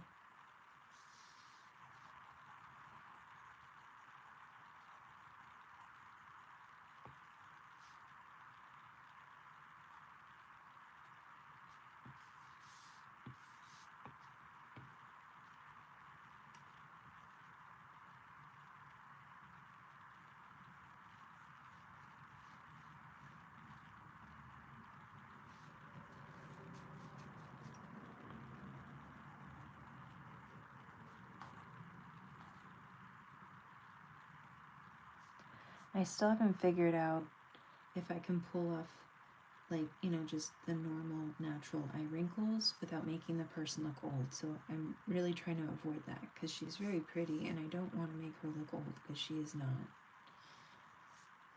So we'll see how that goes.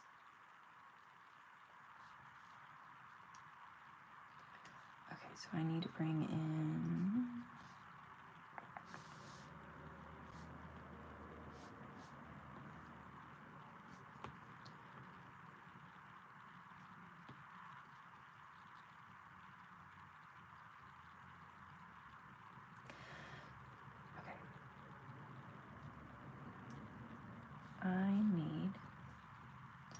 I'm just realizing my shape is off. But it's fine. I'll figure it out. I think this is longer. I'll get there.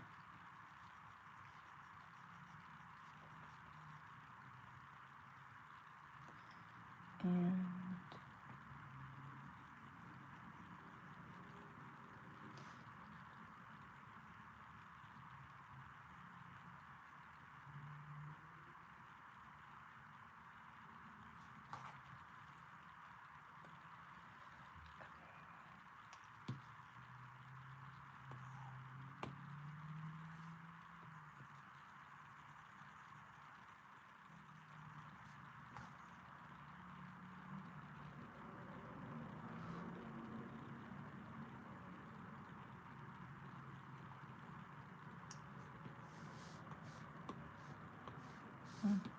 It's not warm enough.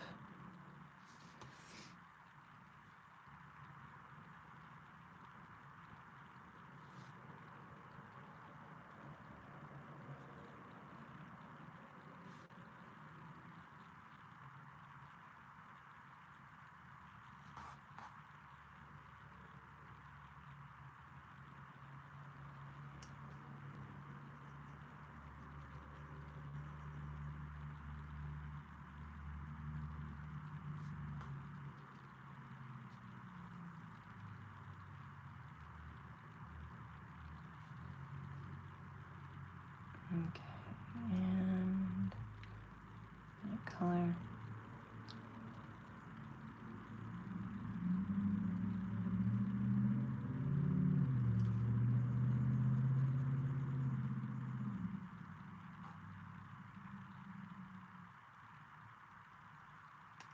I'm going to, on a separate layer, because I always do my eyelashes on a separate layer because I do not trust myself. I'm going to, so this is my hard airbrush that it's amended just so it has the points. I also turned up the stabilization so that I can hopefully make somewhat realistic, believable eyelashes.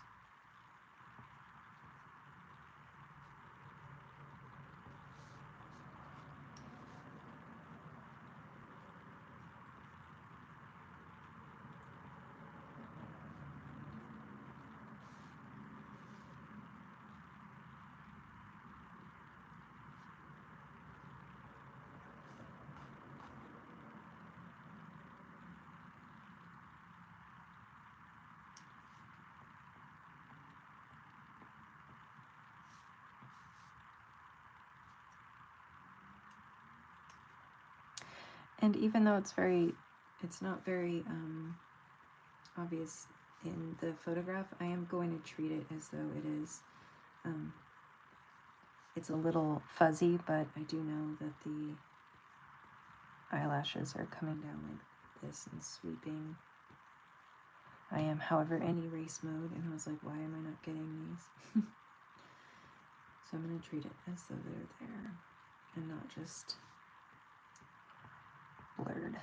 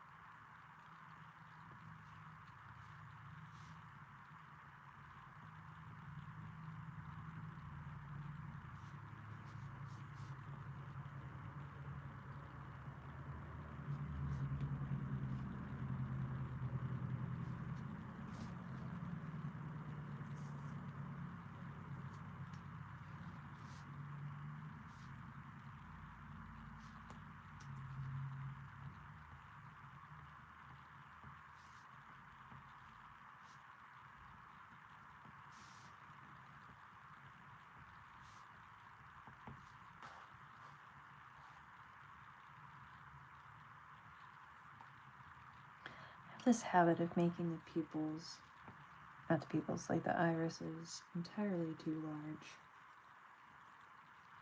I just really want the eyes to show up, I guess.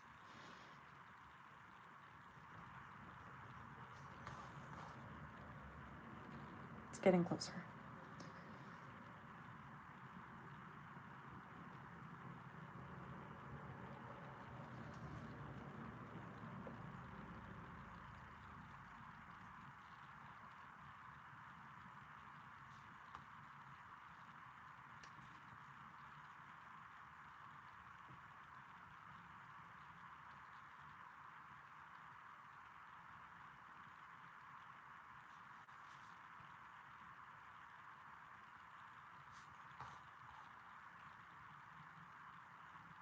Okay, I feel like it's starting to look better. I'm going to do that, and I might as well just do it.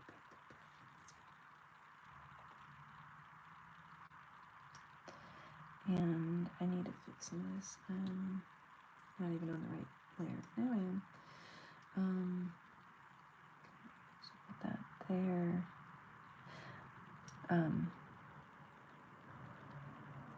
we go. Going to select this. I'm going to copy it and move it over a little bit like that. And then just take the color and paint over this part.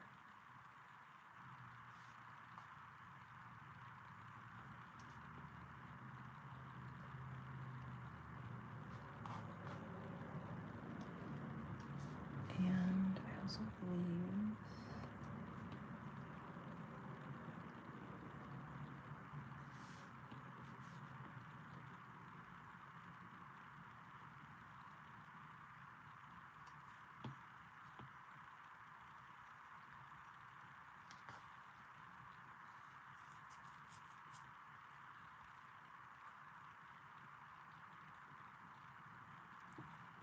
not perfect, but I'm still happy with results, even if I don't sound like it. I need to fix some of this here.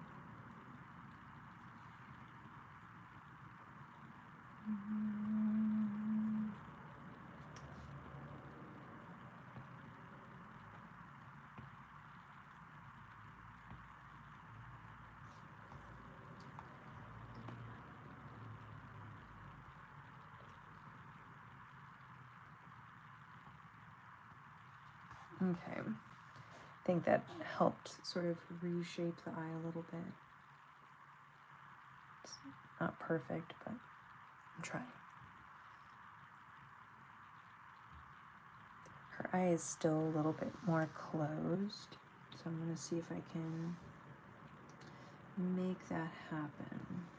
I'm going to copy, and I did something wrong.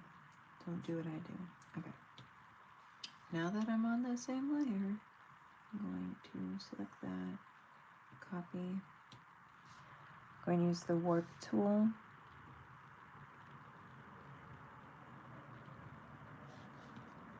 Okay. So before, after, before, after. I believe the after is more accurate. Is it exact? No, but it's better.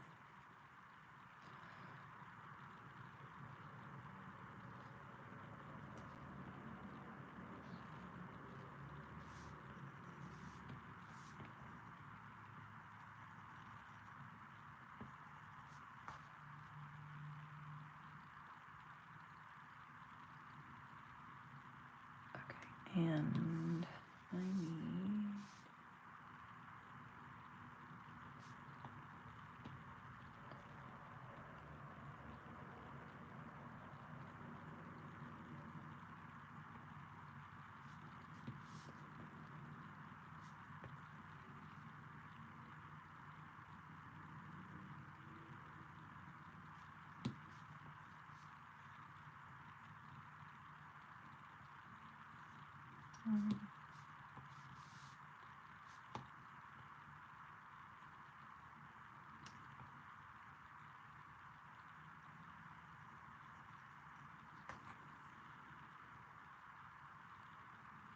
I may have to call it a night for now. I'm just getting tired. And there's a lot more to be done on this, and I just feel like because I'm tired, I'm not seeing everything. So I think just having a little rest for my eyes will help me come back to this with like, just, you know, fresh perspective.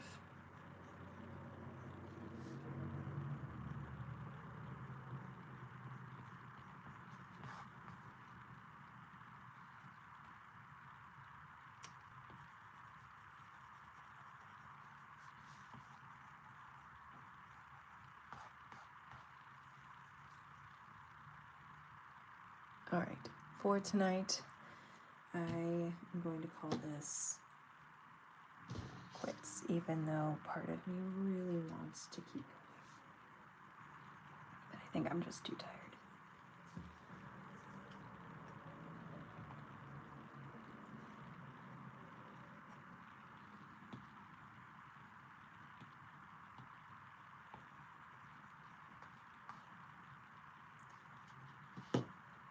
Thank you guys so much for spending time with me today. I'll be hopefully back tomorrow evening doing the same, working on the same thing. I'm really determined to get this one done. I feel like it's okay, but I could do better. So I'm hoping tomorrow I'll be able to come back with, the enthusiasm that she deserves. Thank you all again so much. If you haven't followed me, please consider doing so. Subscribe. If you want to follow me on my other social media platforms, by all means do so. I am technically on Insta, but I haven't been using it, and I'm on TikTok. So I also am on Patreon, sorry. I have nothing paid for on there. All is free so far. So if you want to hang out there, you can. Thank you guys so much, and I hope you have a wonderful rest of your evening, and I'll see you guys hopefully tomorrow. Bye, guys.